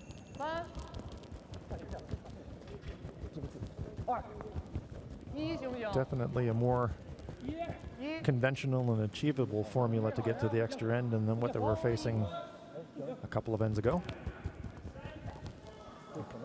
Probably see them play a lot of center guards though. You want to keep stones in play. Often playing for the force or playing for the steal is, at least at the start of the end, very much the same tactic. Calling the same shots.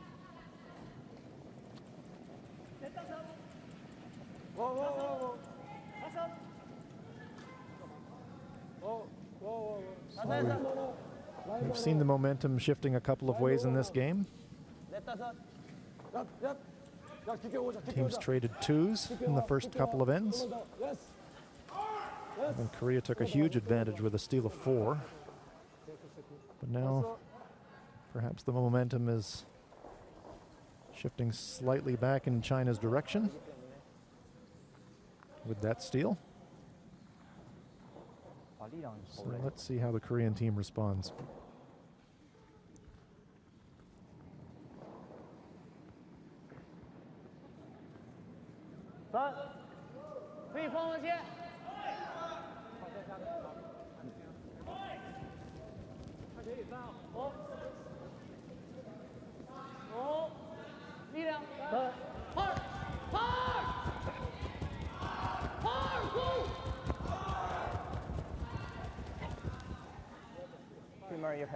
Chinese sweepers bring it past the first guard. We've seen the peeling strength of this Korean team. Of course, we're still in the free guard zone phase, so they can't throw a peel now, but those 2 guard stones are quite close together. So they'll be looking to rip those guards as soon as they can, but they can't do it on this shot.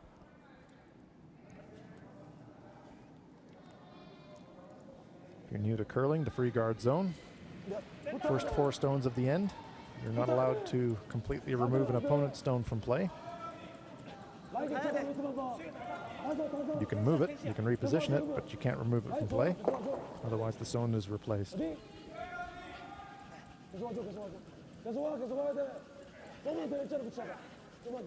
Nice sweeping there from the Korean front end. Park and Kim on the brushes there. Sweeping it all the way on top. Corner frozen. So we're wondering about the Korean response to that steal. And they've started the end pretty nicely. They've got 2 welded there in the front of the 4-foot. Good positions for them.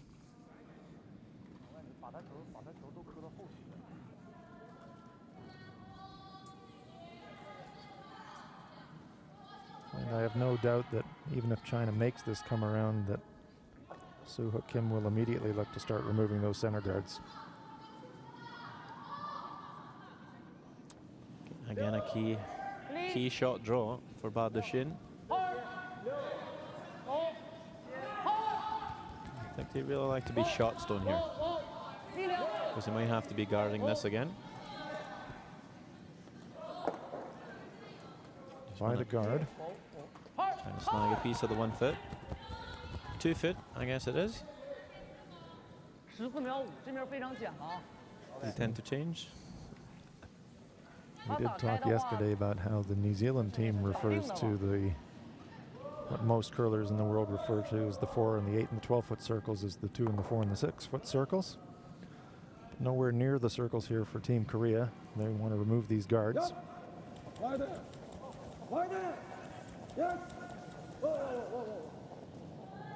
There's 1, there's 2, and there they go. Double peel there. So Chontuk Park's clockwork precision on peels continues. Great execution there from Korea. So changing it up a bit here. Playing hit on the reds. Don't mind the call, but I think maybe he could throw a guard or two and wait for this move. As mentioned, the earlier you make your aggressive move in the end, the more time you allow your opponent to clear things up. Perhaps China thinking now that, okay, we're kind of back in the game and a force isn't so bad, so maybe they're thinking force. But now they have left a double on the yellows. If they can catch the top yellow on the left-hand side, they'll run the red back onto the second yellow. So you see those three stones in angle formation. Korea trying to remove both of the yellow Chinese stones.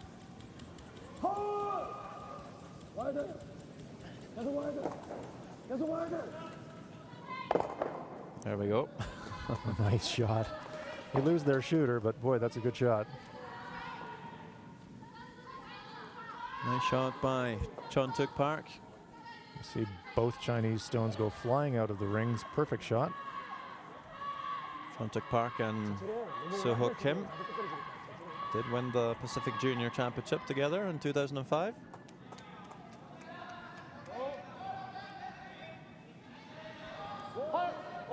Park has put a pretty impressive display of upweight shooting on for us here in the last three ends.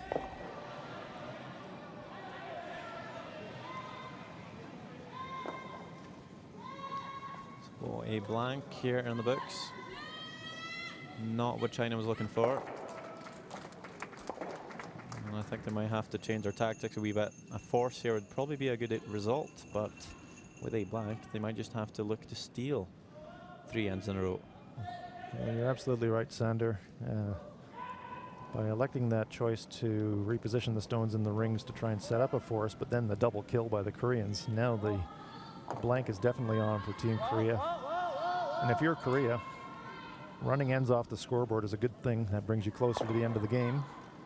Keeping the hammer, and it's bad news for China for a couple of reasons. First of all, it would give Korea a hammer on the even ends. And I think you're exactly right, Sander. Were Korea to blank this end, China would have to be thinking steal, steal, steal. So this goes from a scenario where you were thinking about force, take 2, force, take 2, and getting yourself to an extra end, to something that's quite a lot more difficult. 3 steals in a row.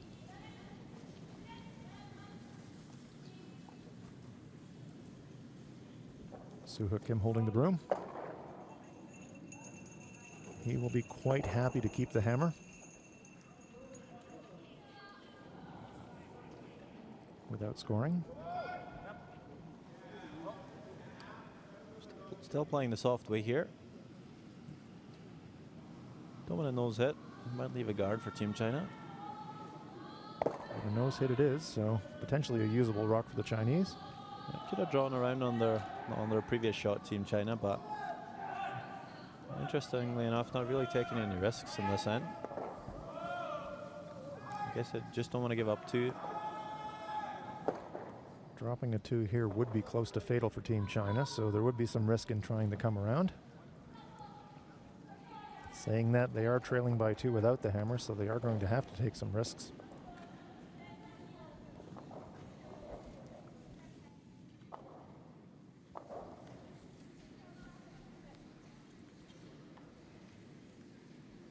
Day 5 here at the Pacific Asia Curling Championships.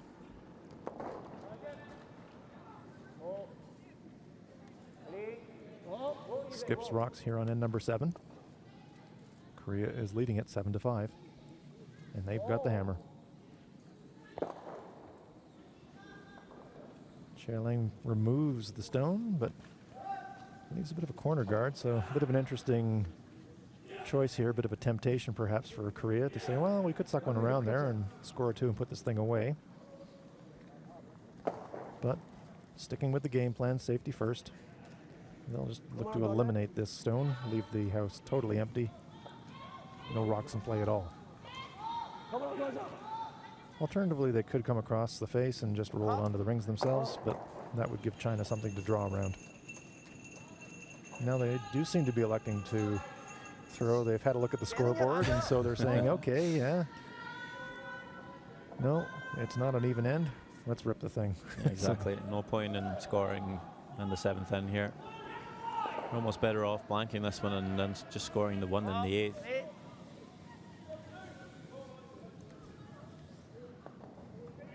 Soo-Hyuk Kim does execute the peel.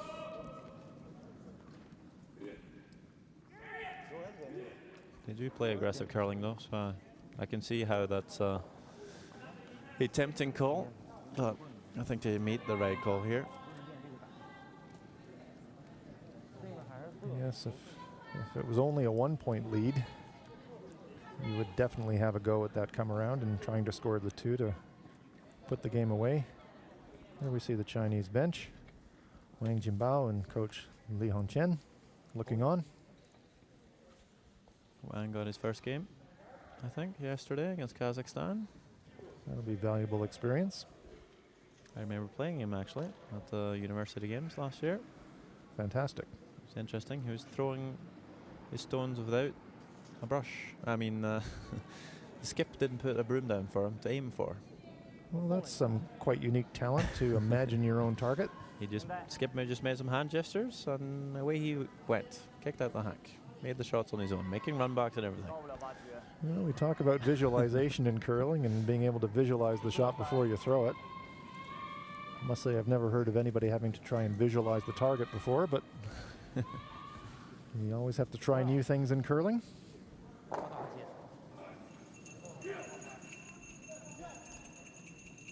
So final stone here on end number 7 for Soo-Hyuk Kim, trying to blank.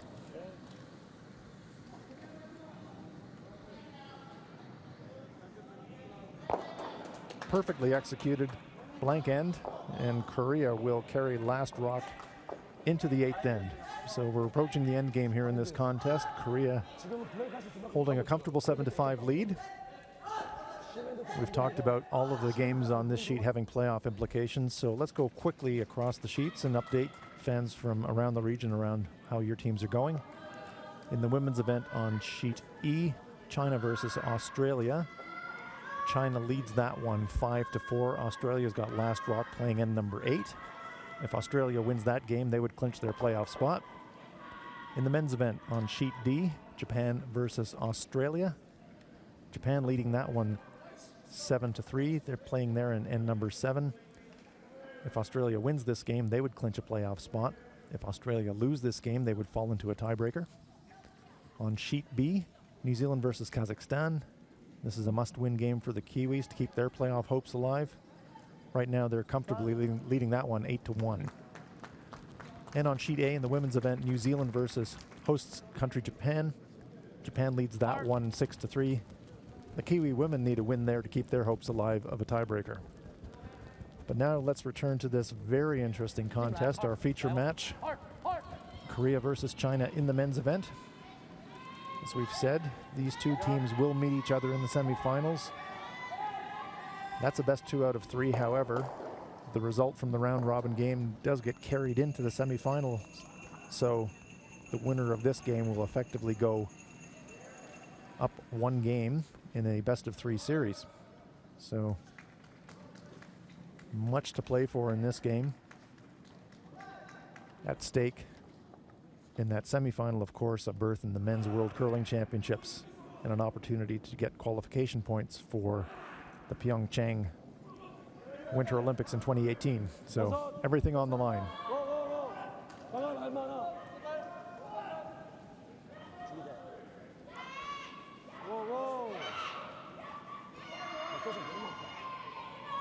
Senator Rolvag explained now that that blank end puts China in a scenario where effectively they're going to have to steal the next 3 ends to win this game.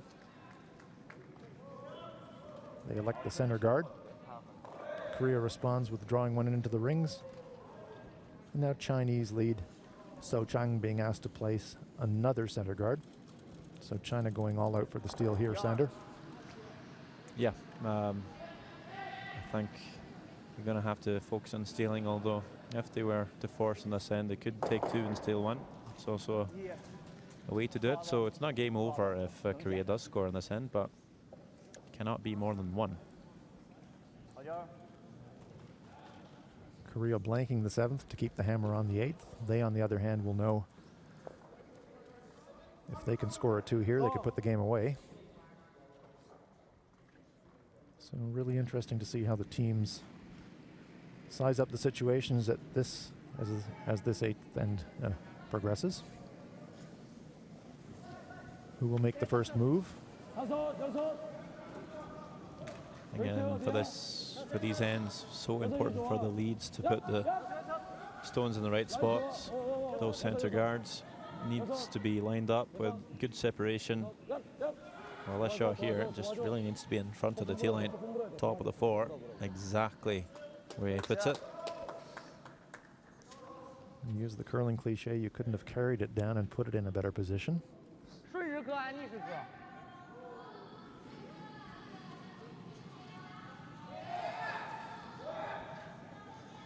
So great lead play from both teams there. China has stacked the guards. Korea have got 2 in the 4-foot, and they're controlling the front of the button area.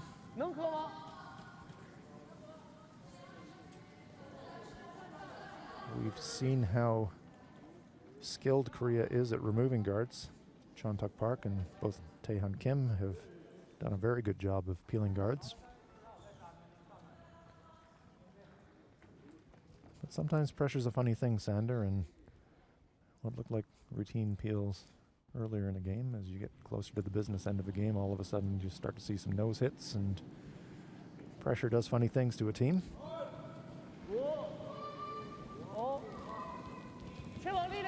Ba De-shin. Surely one of the guys that should handle the pressure well, playing so many big tournaments. Playoff games at the Olympics, although didn't pan out so well. And should surely help him this championship. That's a nice setup rock there for Team China. A good angle there, even though Korea is lying 2.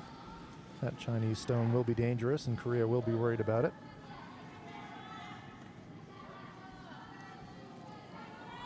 Soo-Hook Kim holding the target for his second player, Chontuk Park.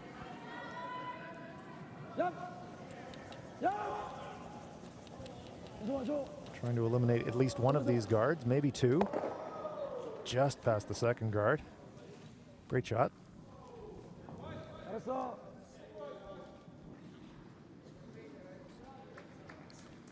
And we saw the importance there of the separation between those guard stones. You work so hard to get the end set up with your lead rocks. But if you leave those center guards too close together, you get a player with the skill of Chontuk Park, and they can be double killed quite easily. But the more separation, the better.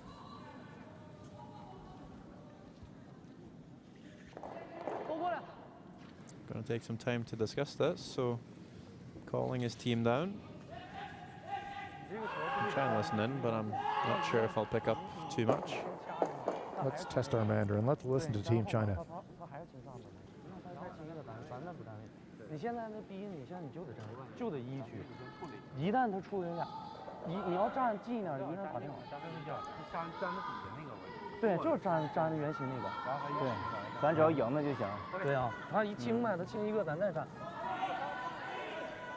So this is an important moment in the match.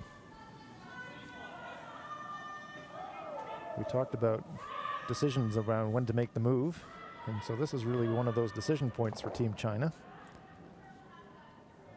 You could elect to throw another center guard, or you could elect what they've chosen to do, which is to play a freeze to the Korean second shot that's sitting just behind the tee line. So team was fully involved in that discussion. This is a really tough shot though for Ba De-shin, but really good if he makes it, because makes this shot, you'd think Korea picks off the center guard, and then you can try and guard this stone all the way to the end, maybe for a steal. This is one of those high-risk, high-reward shots. Really needs to finish in. Just needed to curl a little bit more, so it's slightly staggered on an angle. Looks like Korea may be lying one. We did talk at the beginning of the game about Soo-Hyuk Kim's voice being a bit raspy. I suspect by the time we get through to the semi-final phase, we might need an amplifier.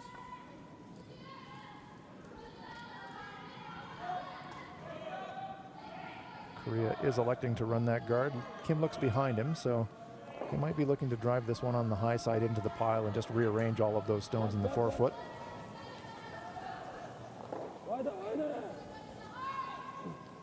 Seems very content with just taking it off.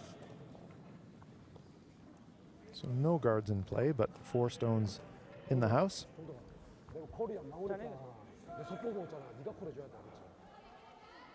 See there, once again, Xiaoling taking a look at the stones. We do think that China is lying one.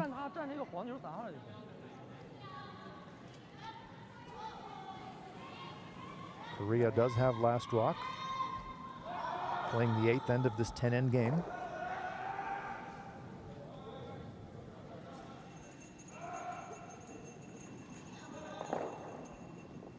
China playing the yellow stones, Korea playing the red.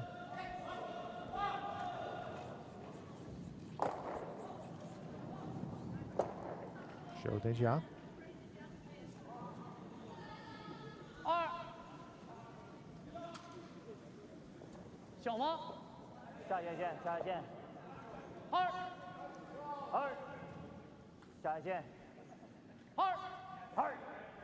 Sweeper switch. Trying to get it to curl a little bit more. Pretty good guard. He's partly blocking both Chinese stones with that guard.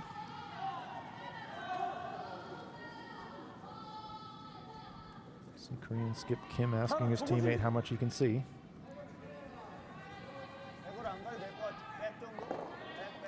Pretty useful guard there, Sander. Yeah, no, Korea's not going to take it off. Looks like they're drawing around it. So we talked about when teams might make the move. This would be the time when Korea is trying to make the move. Switching gears, moving away from running the guard and really making an attacking shot here, trying to score there too. Yeah, usually it's the team that's trying to steal that makes the move first. This time, changing it up a wee bit.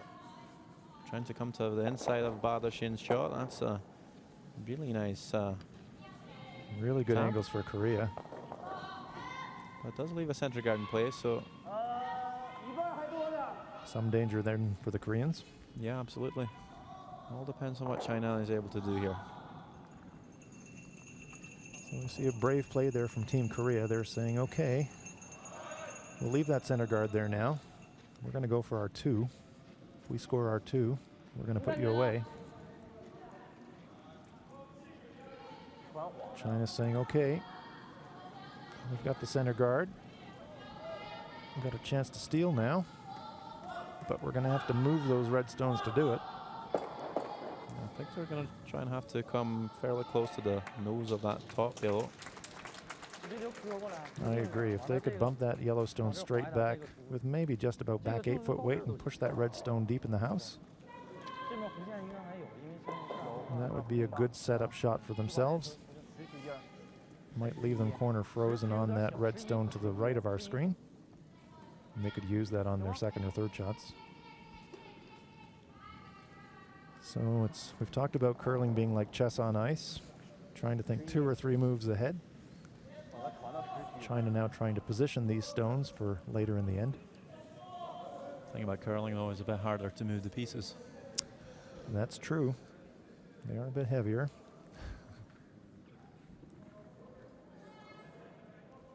I'd say curling stones slide better than chess pieces do, though.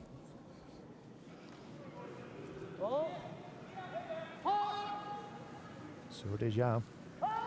delicate shot. Have to get it by the guard. Sweepers are really working it. Goodbye. Oh, this is looking really good. That's a really nice shot, I think. Very nice result for Team China. Especially if they're laying shot. Kim taking a look at it. So we did see that delicate weight. They did push the stone to the back of the 8-foot ring. And now we see Korea saying they're acknowledging the quality of that shot. They had a go at trying to set up their 2, but now they're saying, oh boy, let's make sure we get our 1. So they're going to rip this card.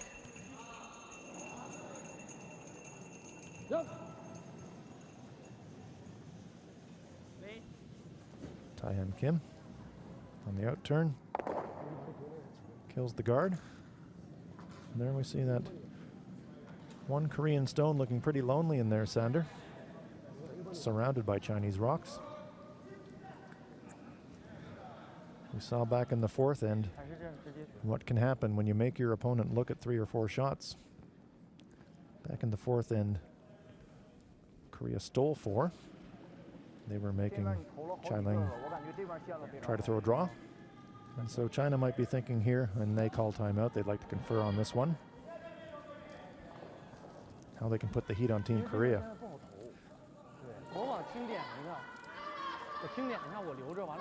Teams are allowed 1 timeout per game. Now we can see Chinese coach Li Hongchen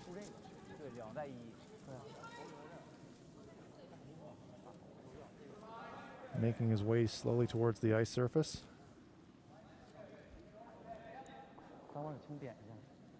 Teams get 1 timeout, 1/62nd timeout per game. Team China does realize this is a pretty critical moment, so they want to really make sure that they've considered all the options here. Remember, Korea does have last rock. And looking at this overhead sander, still not entirely clear to me who's shot. Looks like it might just be red, but just. Here's coach.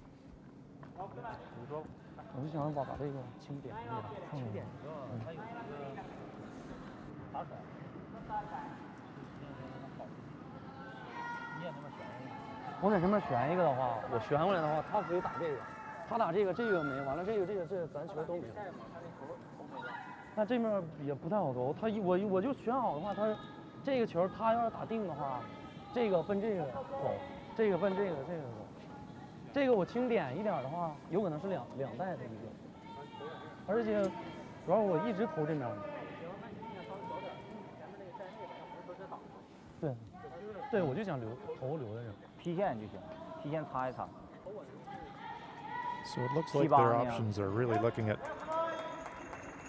making a play on that stone that's just on the front of the 4-foot. There we see from our long shot, they could just get to the nose of that stone, pushing their own straight back, nudging the Korean stone slightly to the left, and might leave them lying 2 or 3. But they would have to go very near to that center guard to make that shot. It's not even a center guard, it's actually half in the 8-foot. So quite delicate here for Team China. I would say they really probably couldn't play much more than back 8, back 12-foot weight. Haven't really seen Chang Xiaoling throwing big weight in this game. He's played a lot of very controlled weight draws and down weight hits.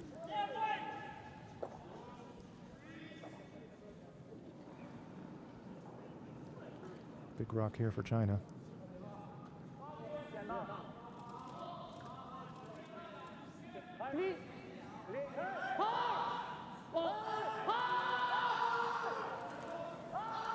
Russia's really trying to hold the line. They don't want this one to overcurl. I don't think they will. They have, in fact, nudged that stone that was on the center line at the top of the 8-foot. So still quite a delicate situation for Team Korea.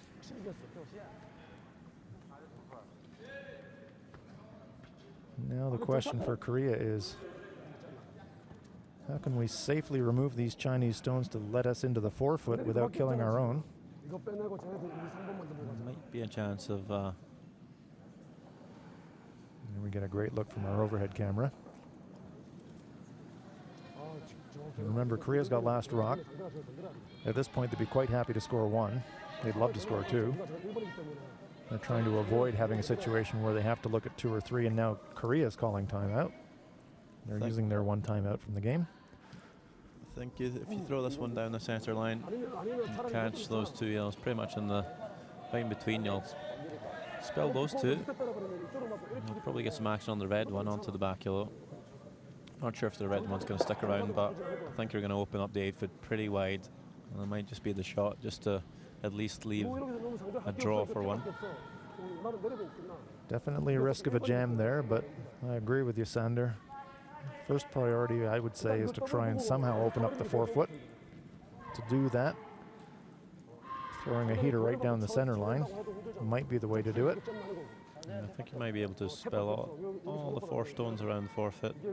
Might stick the shooter at the top of the 8. Here's Coach Si Young Yang.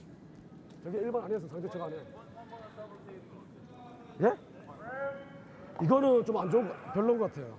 잘못 건드려버리면 얘까지 건들려버리면 빠져버리면 얘가 1번 될 수도 있거든요. 차라리 저는 이게 나을 것 같기도 하고.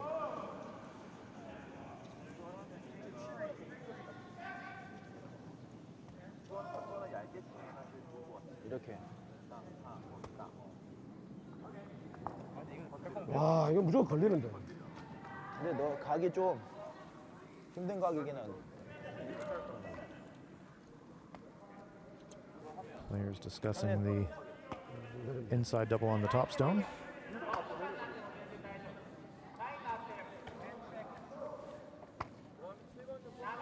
Of course, the danger of 근데 이게 playing 좀 the stone 두껍게 right down the middle. 맞아도 여기 걸려버리면 얘가 꼭 이렇게 일어나서 쓸 것 같아요. 너무 They're really worried about where that 너무 top stone in the forefoot is going to be resting. 너무 올라가지고 안 맞고 쓰면 될 것 같아 그냥. 야, 너무 알아? 너무. 어우, 남 있다고 들어와가지고 이렇게 들어가면 제일 좋지. 얇은 게 나아요, 형님. 너무. So it looks to me like they're electing to play the double takeout on the stone directly underneath the broom, underneath the target broom. They'll try to hit that thin. Angle to the right, hit the inside of that stone, just to the right of the center line. So thin double takeout and try to leave their own shot positioned squarely on the center line just in front of the forefoot. Maybe get a bit of action on that stone just to the right of the brush as we're looking at it. Let's see. Tough shot. Soo-hyuk Kim.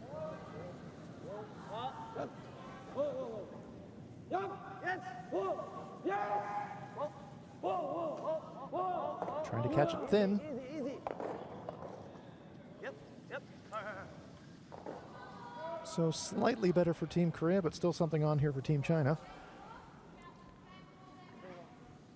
Korea at least getting their own stone into a promotable spot on the center line, so they might be able to save their 1 that way with a small tap. So they have created a usable stone for themselves, Sander. Yeah, I think pretty guaranteed to be left the shot for the 1, that's for sure. So would have that been their consideration in their discussions, was be to give themselves more than 1 option on their last shot? Yeah, I think so. And I think there was more ways of doing it. So at least 3 shots that seemed pretty decent. This was a good choice. I think China's going to have to make a really good shot to put some pressure on the Korean skip. So by leaving their own stone on the center line, we can see now as we're looking at it overhead, if the Chinese angle raise their own end to the button area, that's a really straightforward run back, very short for the Koreans to save their point.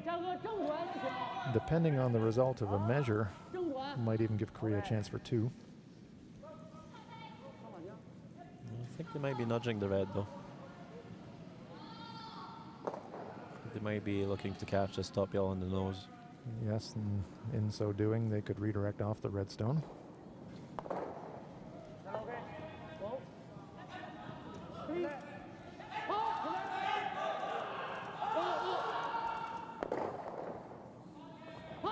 make sure to have enough weight though. They have to move this stone. Well, this one's curling big time now. How much weight do they have? Well, that's a pretty good result, I'd say, for China. They moved that red Korean stone, so I would say right now China is lying 2. We'll get another look at it in our overhead, and the Korean players, of course, are taking a really close look at it, but China's definitely lying 1. I think they're lying 2nd as well, Sanders, so just about as good a result as you could have gotten, I think, from that shot, if you're from the Chinese perspective. I think the obvious shot right now for Korea is just to clip their own red on the right-hand side. That would be the shot to give them 1, but they would have to hit it pretty thin. They do need to make sure they would squirt it forward towards the button to guarantee themselves a 1. Yeah, and they wouldn't want to throw it too hard and too thin because they might squirt all the way through and give up a steal of 2.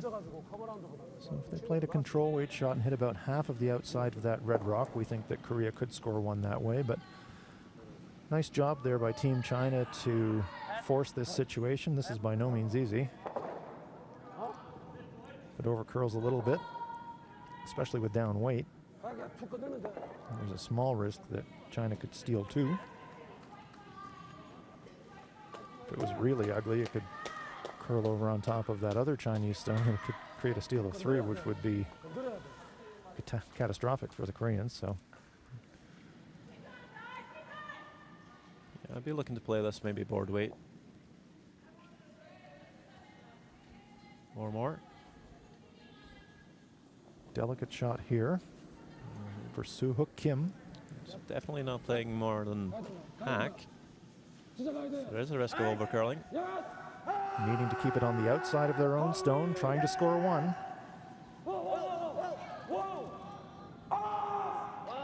They like the line. Have they caught it too thin? No. Great shot. Soo-Hook Kim delivers under pressure. Facing 2, makes a delicate angle tap, and Korea scores 1. Let's look at it on the replay. Line was essential here. They needed to clip the outside of that red stone, and they do. They push it into the button area. Fist bumps and handshakes all around for Team Korea. Sandra, that was huge in the context of this match. Yeah, China really in control now. Yeah, Korea, sorry. China not out of it, as you said, Sander. The formula from here with 2 ends to play, 2 ends to play for China. Take 2, steal 1, force an extra end. Let's quickly update these other games that are going on here in the Pacific Asia Curling Championships. Playoff implications on the line. In the women's event on sheet E, China versus Australia. China leading that one. They took a huge 4-point end in the 9th. They lead at 9-6. In the men's event on sheet D, Australia versus Japan. Japan is comfortably in control of that game by a 7-3 margin, I believe, playing the 8th end. Australia needs to win this one to clinch a playoff spot, but if they lose, they would play a tiebreak. New Zealand versus Kazakhstan. New Zealand ahead 8-1 in that one, playing the 9th end. A New Zealand win would see them in a tiebreaker. And in the women's event, New Zealand versus Japan. Japan leading that one 7-3. A loss would eliminate the Kiwi women and clinch a playoff spot for Australia.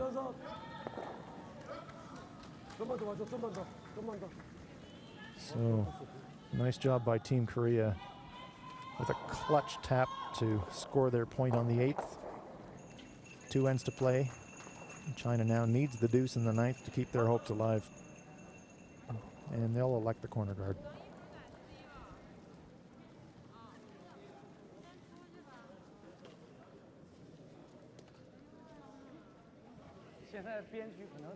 We've seen a lot of great shot making in this game, Sander. Yeah, it's been one of the better ones of the week, for sure. For New Zealand curling fans, of which, living in New Zealand, I suppose I have to consider myself one. We do have a final in the men's event, so New Zealand has won that game over Kazakhstan, taking it out 9-1, so Kenny Thompson's team will play in a tiebreaker should Australia lose. And right now, Japan leading Australia 7-3. So, and now we're also seeing handshakes on that game. So the Japanese have obviously scored and won that game. So we will have a tiebreak in the men's event.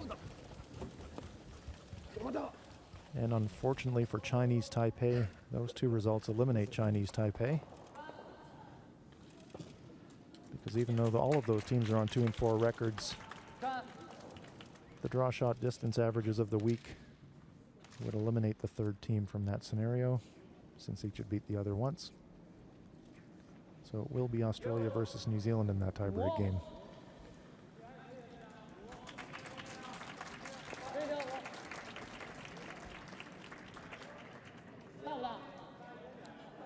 Sander, that's an unbeaten run for the Japanese men. They go through the round robin unbeaten in the men's side. They look really good. Yeah, but it was a bit scary though, coming into the playoff stages unbeaten. Yeah, you hate to peak too soon.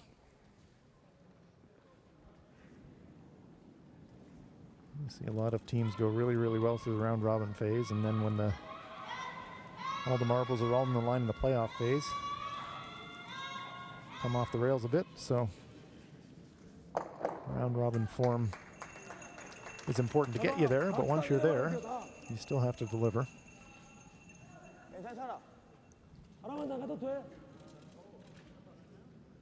So interesting peel called by Kim. Wants to catch the inside of this one. Spring back onto his own center guard and run that back onto the AO if possible. It's not quite going to happen, but he'll be happy enough if this one rolls out.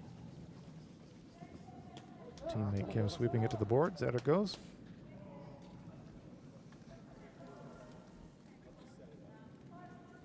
I've been really impressed by Chontuk Park in this game. He's been steady, making peel after peel. Missing peels can be a real momentum killer if you're enjoying a lead as the Koreans are.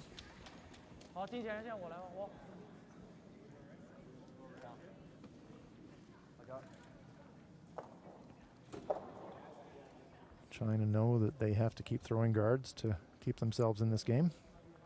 They know they need to in this end.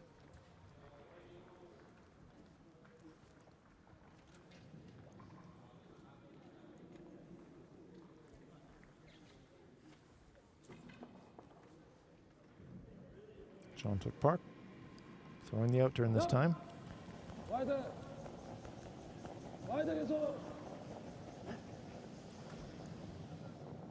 Looking for a bit of action again, just past it.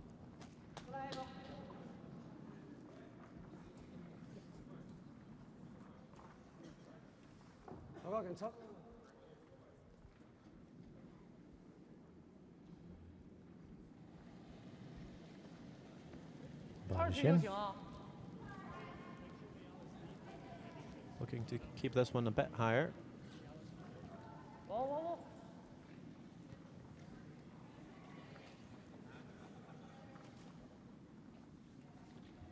By keeping it higher, making it a little less easy for the Koreans to try a double peel, but that one's sliding a little deep. Angles are pretty steep there for a double clear, however.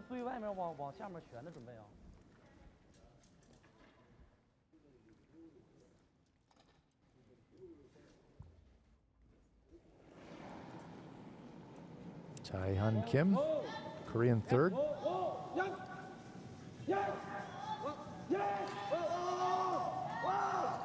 There's one. Almost too good. Jams it. Hoso Kim just apologizing. Swept that one a bit too much. Really hard to call those ones though. Yes, when they're traveling at such a rate. Maybe 1 or 2 millimeters of difference on the contact point means the difference between a jam and a double clear. Really hard to read. Team China changing gears. Out turn draw now. Round the center guard. He's not going to mind bringing this one deep to the back of the house.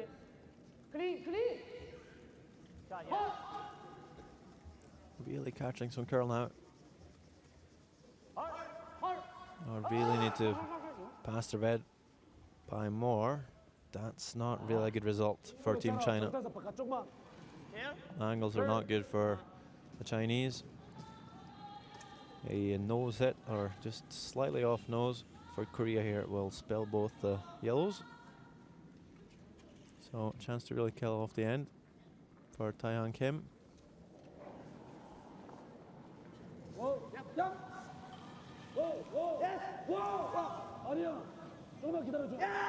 They're close. There we go. Fantastic shot. Yep, real good. We've seen a few of them this game. Angle double. Now Team China is going to have to start all over again. Center garden play though. We see what a great result that was. The Korean stone now is perfectly guarded at the front of the button. So even if China can get one around the center guard, this is really only going to be a setup shot.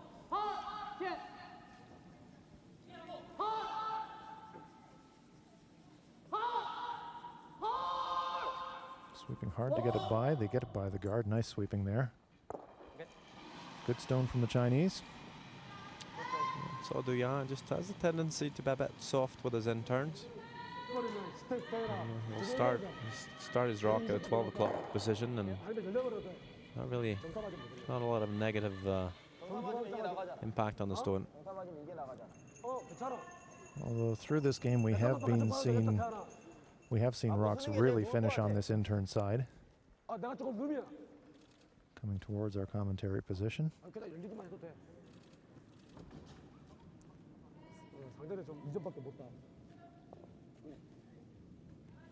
So, which odds are you going to give me on this run back, Hans? Man, oh man. If I was throwing it, I'd say 5%. With these guys, I'd say 70 plus. He's made a few run backs in this game. He skips Suho Kim. Oh, but no, not this time. Just past the Chinese shot. A bit of a commentator's curse there, I guess. Well, that's more like me throwing it.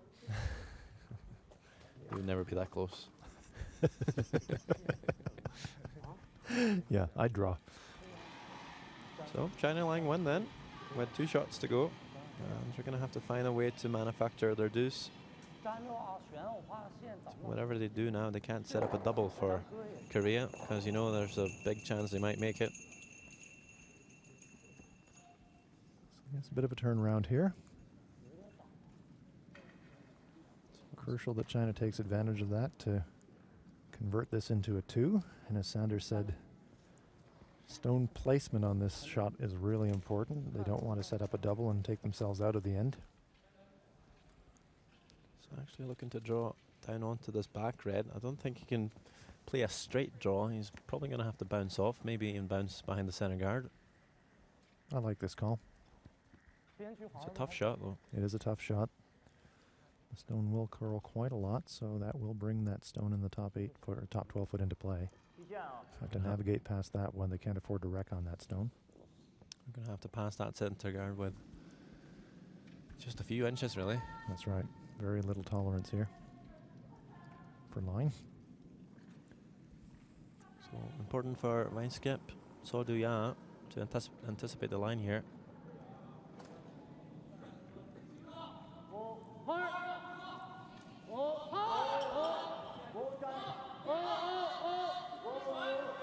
Still on the guard,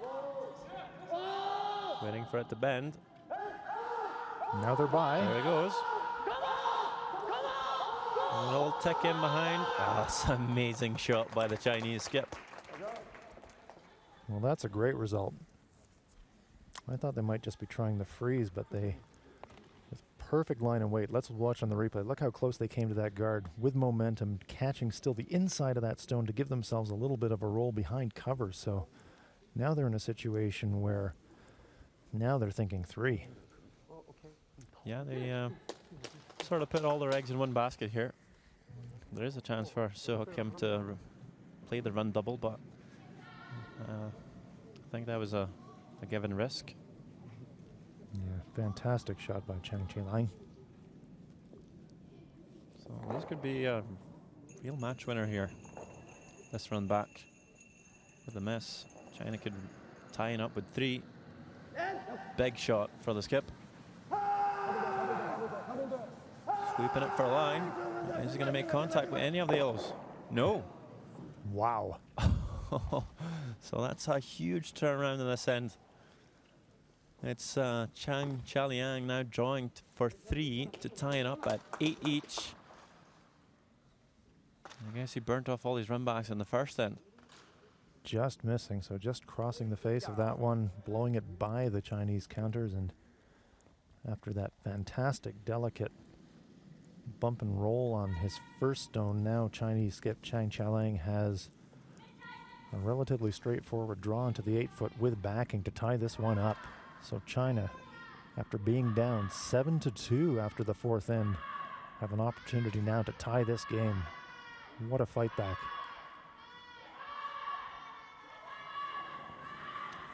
Taking a bit less ice on this draw, knowing he has the backing. If he comes up a bit heavy here, it can bounce off his yellow to take off some of the pace. Sweeper's just keeping this one clean. Think we're on the yellow, so this is looking pretty safe for Team China. No problems from Chang Chaliang, and they score 3, 8 each. Can you believe that, Hans? What a turnaround. Real quality curling from the Chinese. A lot of teams down 5 would just fold the tent and mail it in for the rest of the game and concede it, but the Chinese boys have really scrapped in this one. A big steal in the 6th to kind of give them momentum and kind of get them back in it, and a huge score of 3 here to tie this one up playing the 10th end. And so psychological advantage, I think, for the Chinese, even though the Koreans have got the hammer. With that 5-point lead, Korea would have been looking to come into the 10th end with the hammer up 1. They've still got the hammer, but now the scores are tied, and I can tell you that changes everything psychologically. Now if you're Korea, you realize that you're going to have to make your last shot to win the game. If you miss your last shot, you can lose the game. So full credit to Team China to scrap back all the way in this game. Well, we've got a fantastic finish for us here. it's one of the things I've noticed with this Chinese team, at least skip and second player over the years is really disciplined. They don't let their emotions to take over, and they just focus on making shots no matter what the score is, and they certainly have done in this game. Good start to the end also. Nice guard by So Chang. Remember, this game is not only the final round robin game, but because these two teams will face each other in the semifinal phase, the result of this game will count as the first game of the best of 3 semifinal. So the winner of this game will go up 1-0 in the semi. Tech shot called by Team Korea. Yeon Ho Nam not allowed to remove the yellow. He Nice. can move it, and he has done that fairly well. Moves it into the house, but it's not going to be the biggest concern for Team Korea. They're only looking to open up the center line, leaving a draw for their skip. That's a good shot by the Korean lead from Busan. Busan being the 2nd largest metropolitan area in South Korea. Great shot from Nam there. That soft peeler tick shot. Very, very difficult to play.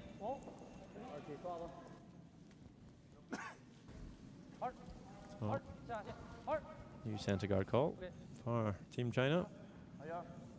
Slightly off the center line this time. I know some teams they will actually put the center guard slightly offline just to throw their opposing lead off, making the tick shot a bit more harder. You're a bit used to throwing tick shots on guards on the center line and practice and so on. So knowing this one has to curl a bit more.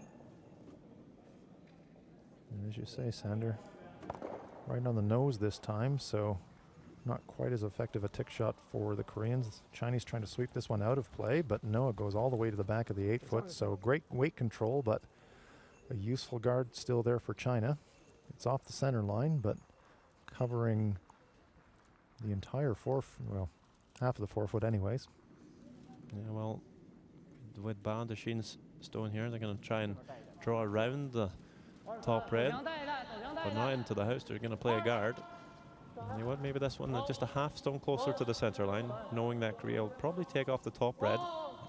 So really just working their way towards the center line here. That's a pretty good shot. Comes to rest just short of the rings. 10th and final end of play. I think we can say that confidently now because the scores are tied at 8. 5 minutes, 41 seconds left for Team China. This should be plenty. Good time management in this game, I think. There's been lots of stones in play and a lot of tough situations. Well, a lot of stone rearranging there, but the net effect is that there are still 3 guards in front of the rings. Cheon-Suk Park trying to eliminate guards. The objective for Team Korea is really to try and keep the 4 foot area open and accessible for the final shot of the game. China, on the other hand, wants to make that final shot as difficult as possible. So this entire end is going to be all about that last stone.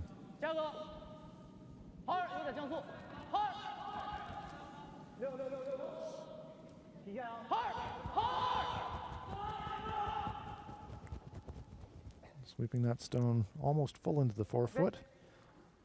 There's a corner hidden. and I think that again is going to be the shot they might have to guard throughout the end. China then again, we talked about setting everything up for the last shot.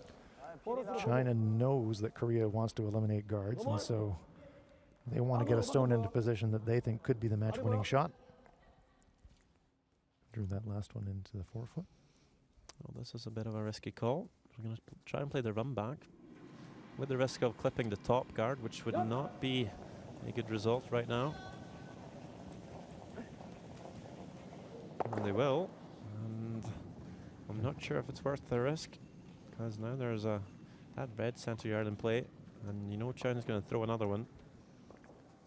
And I'd say China's in a really nice situation to steal. That left-hand side is completely blocked off for the draw. Yes, as we're now into the third player's stones. Team China quite happy to have not only 2 guards in play, but 1 stone of their own, a potential match-winning shot, half into the 4 foot. And they're going to be trying to defend that. Trying to leave that guard as high as possible to reduce the risk of a double peel. And a big decision now for Soo-Hook Kim. Do you eliminate the center guard, or do you try and run the 2 reds? He's electing to rip the center guard. Yeah, I think he did mention maybe just clipping the wide corner guard. Not sure if the angle is there for running that back into the house. Well, he might just try to get lucky and redirect it towards the shooter. Let's see what happens. Oh. Almost. Yeah, it would be nice to make contact there. China again. Chang Xiaolang saying, okay, and that one that's in the 4 foot, we think that could be our match winner. Let's defend that to the death.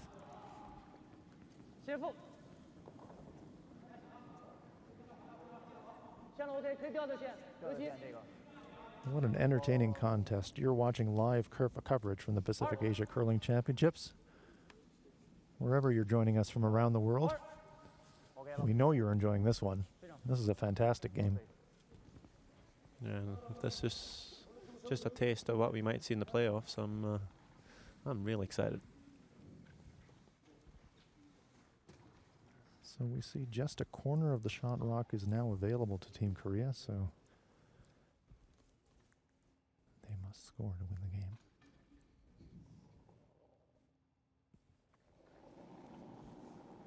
Taehan Kim now being asked to make a play at the shot rock.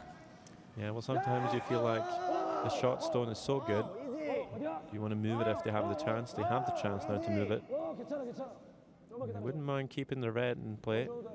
They're actually going to try and come to the nose here. Yeah, pretty good shot.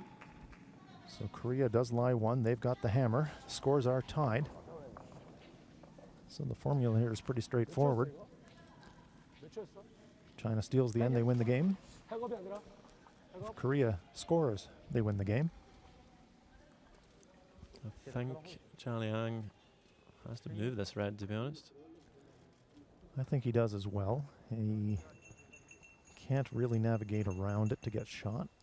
So it looks to us like he'll be using this as a setup shot. Try to push this red stone perhaps to the back of the 4 foot, maybe the back of the 8 foot, leaving his own stone sitting perhaps full in the 8 foot.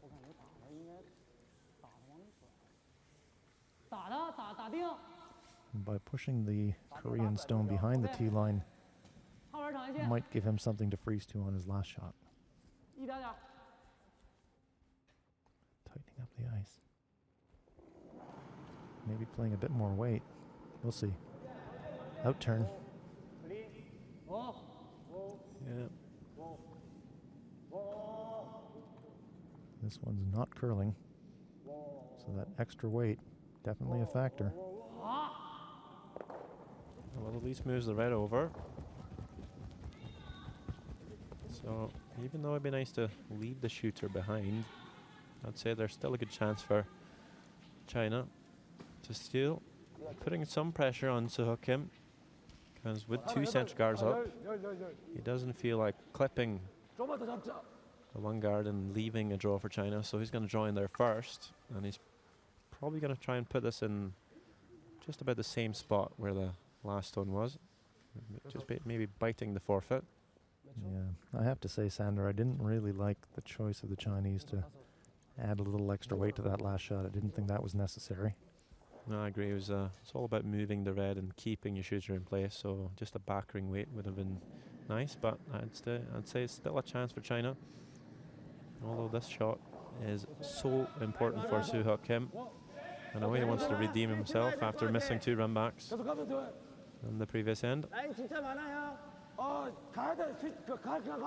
Trying to draw around the guards. All the Korean sweepers there. I don't know if he's got the weight. He's well by the guards, and he's only just biting the 12, so that's short. Well, so, opportunity here for China.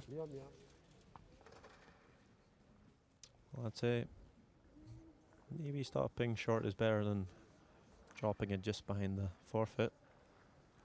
It is usable, and it will force Jialiang to come a bit wider with the draw. But certainly not a good shot by Soo Kim. No, and if you were Chai Xiaolang at the beginning of the end saying, okay, trying to steal, if you had an opportunity to draw around a bunch of guards, get one into the 4 foot area, would you take it? He'd say, yes, please. Also now realizing that China, of course, setting second shot. So that would make the run back a lot harder because you would have to stick the run back. Absolutely right, Sander.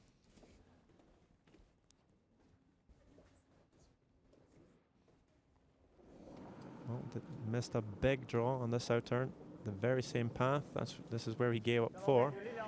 So shouldn't make the same mistake again, really.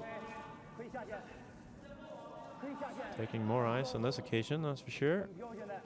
But now hanging out there, waiting for the curl. Really needs to bend in. Well past the guards. They're going to try to bury it now. Oh, the question is, have they left a double? Well, China does lie 2.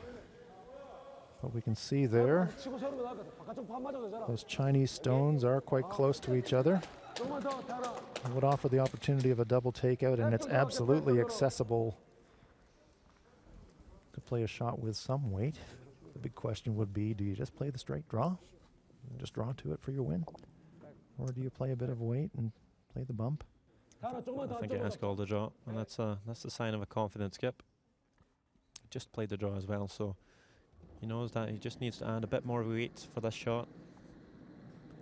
Soo-Hook Kim drawing against 2. Definitely the last shot of the game. Win or lose for Team Korea. Sounds pretty good. He's by the guard. And there we go. That's a win for Team Korea. Wow. What a game of curling you've enjoyed here today at the Pacific Asia Curling Championships.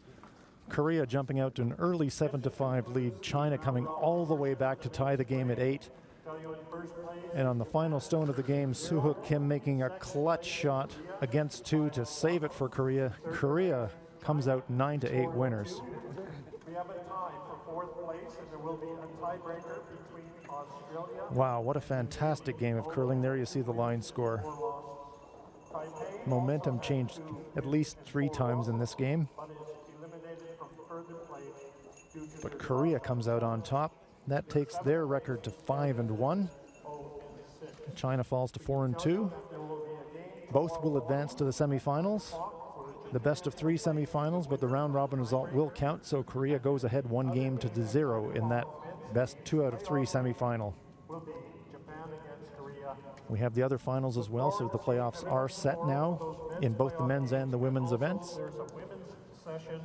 Australia lost their women's game 9-6 to China. However, combined with New Zealand's loss to Japan, means that the Australian women have clinched a place, the 4th ranked team in the women's event.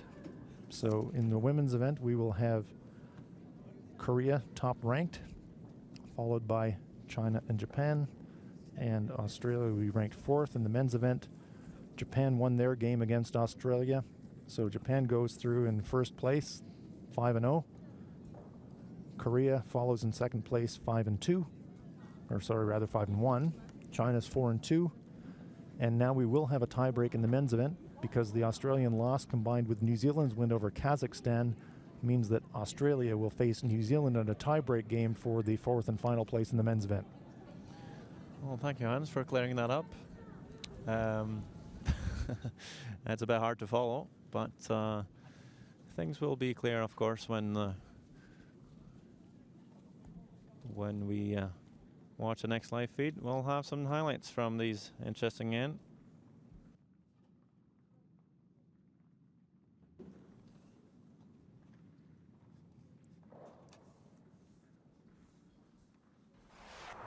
So on the first end, a lot of stones in play. Soo-Hook Kim made a perfect run back with his first.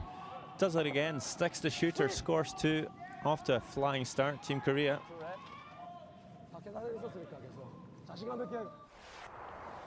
In the second, it would be Chinese skip Chang Chaliang with 2 perfect draws to score 2, skips deuce, tying it up at 2 each after 2 ends. Korea scores 1 in the 3rd, in the 4th. Big shot for Chaliang, drawing against 4, but comes up tight, almost pushing another red in for a steal 5, but it is a score of 4. Still though, big lead for Korea, 7 shots to 2. In the 5th, Korea playing conservative, leaves China with a draw for 2. Chaliang makes no mistake, and they do claw back. In the 6th end,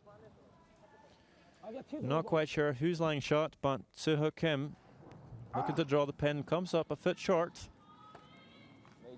After a measure, it would be a steal 1 for the Chinese, now only trailing by 2. Skip ahead to the 9th end. Big missed run back from Soo-Hook Kim, his 2nd missed run back, in fact, on that end, leaving a draw for Team China, scoring 3, tying it up.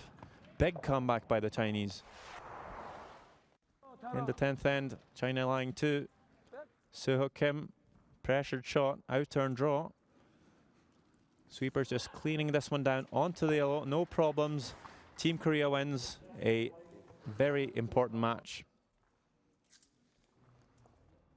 And we should have a few words with winning skip Soo-Hook Kim.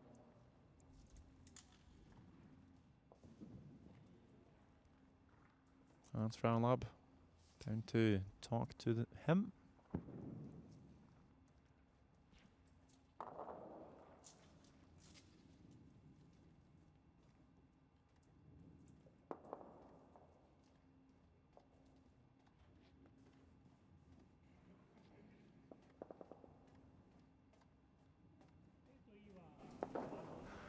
We're here with winning Korean skip Soo-Hook Kim. Soo, congratulations, a very exciting game. Your team enjoyed a very large lead early in the game. China came back to tie it. What was going through your mind to make the final shot of the game? 초반에 크게 앞서 나가다가 나중에 굉장히 맞붙게 되었는데 그때 기분이 좀 어떠셨는지. 별로 좋지는 않았어요. 예, 크게 쉽게 경기를 이어갈 수 있었는데 좀 집중력이 부족했던 것 같아서 그래서 좀 많이 힘들어졌는데 끝까지 포기하지 않고 마지막에는 결국 이기게 돼서 다행이라고 생각합니다. Actually, I didn't feel so very good because yeah, as you can see, yes, we actually lead a lot in our first end and second end, but actually at the end it was tied. So I think it's a problem of our intention. And did your team realize before the game that your semifinal opponent was probably going to be China, and did that make this win extra important for Team Korea? 저희 준결승에서 중국이랑 붙을 걸 미리 알았기 때문에 이 경기가 굉장히 중요했는지 물어보고 있습니다. 내일 두 게임을 해야 될 건지 한 게임만 해도 될 건지에 대한 결정이었어요. 오늘이 어차피 4강전이었기 때문에 그래서 물론 오늘 이겨야지만이 내일 쉬워지니까 예, 오늘 최대한 이기려고 노력했던 것 같아요. 중요하시고. As you know, it was the match which will decide we will have one match or two matches tomorrow. So it was very important for us. So we did our best. Congratulations, that was a very exciting game of curling. Well done, Team Korea. Thank you. 안녕하세요. So I know everyone watching this game will be keen to watch more action. At 2 o'clock in the women's draw, we will have China playing Korea. But for now, that's it for the Pacific Asia Curling Championships 2014. My name is Sander Olvag. I was joined by Hans Frauenlob. See you in a few hours.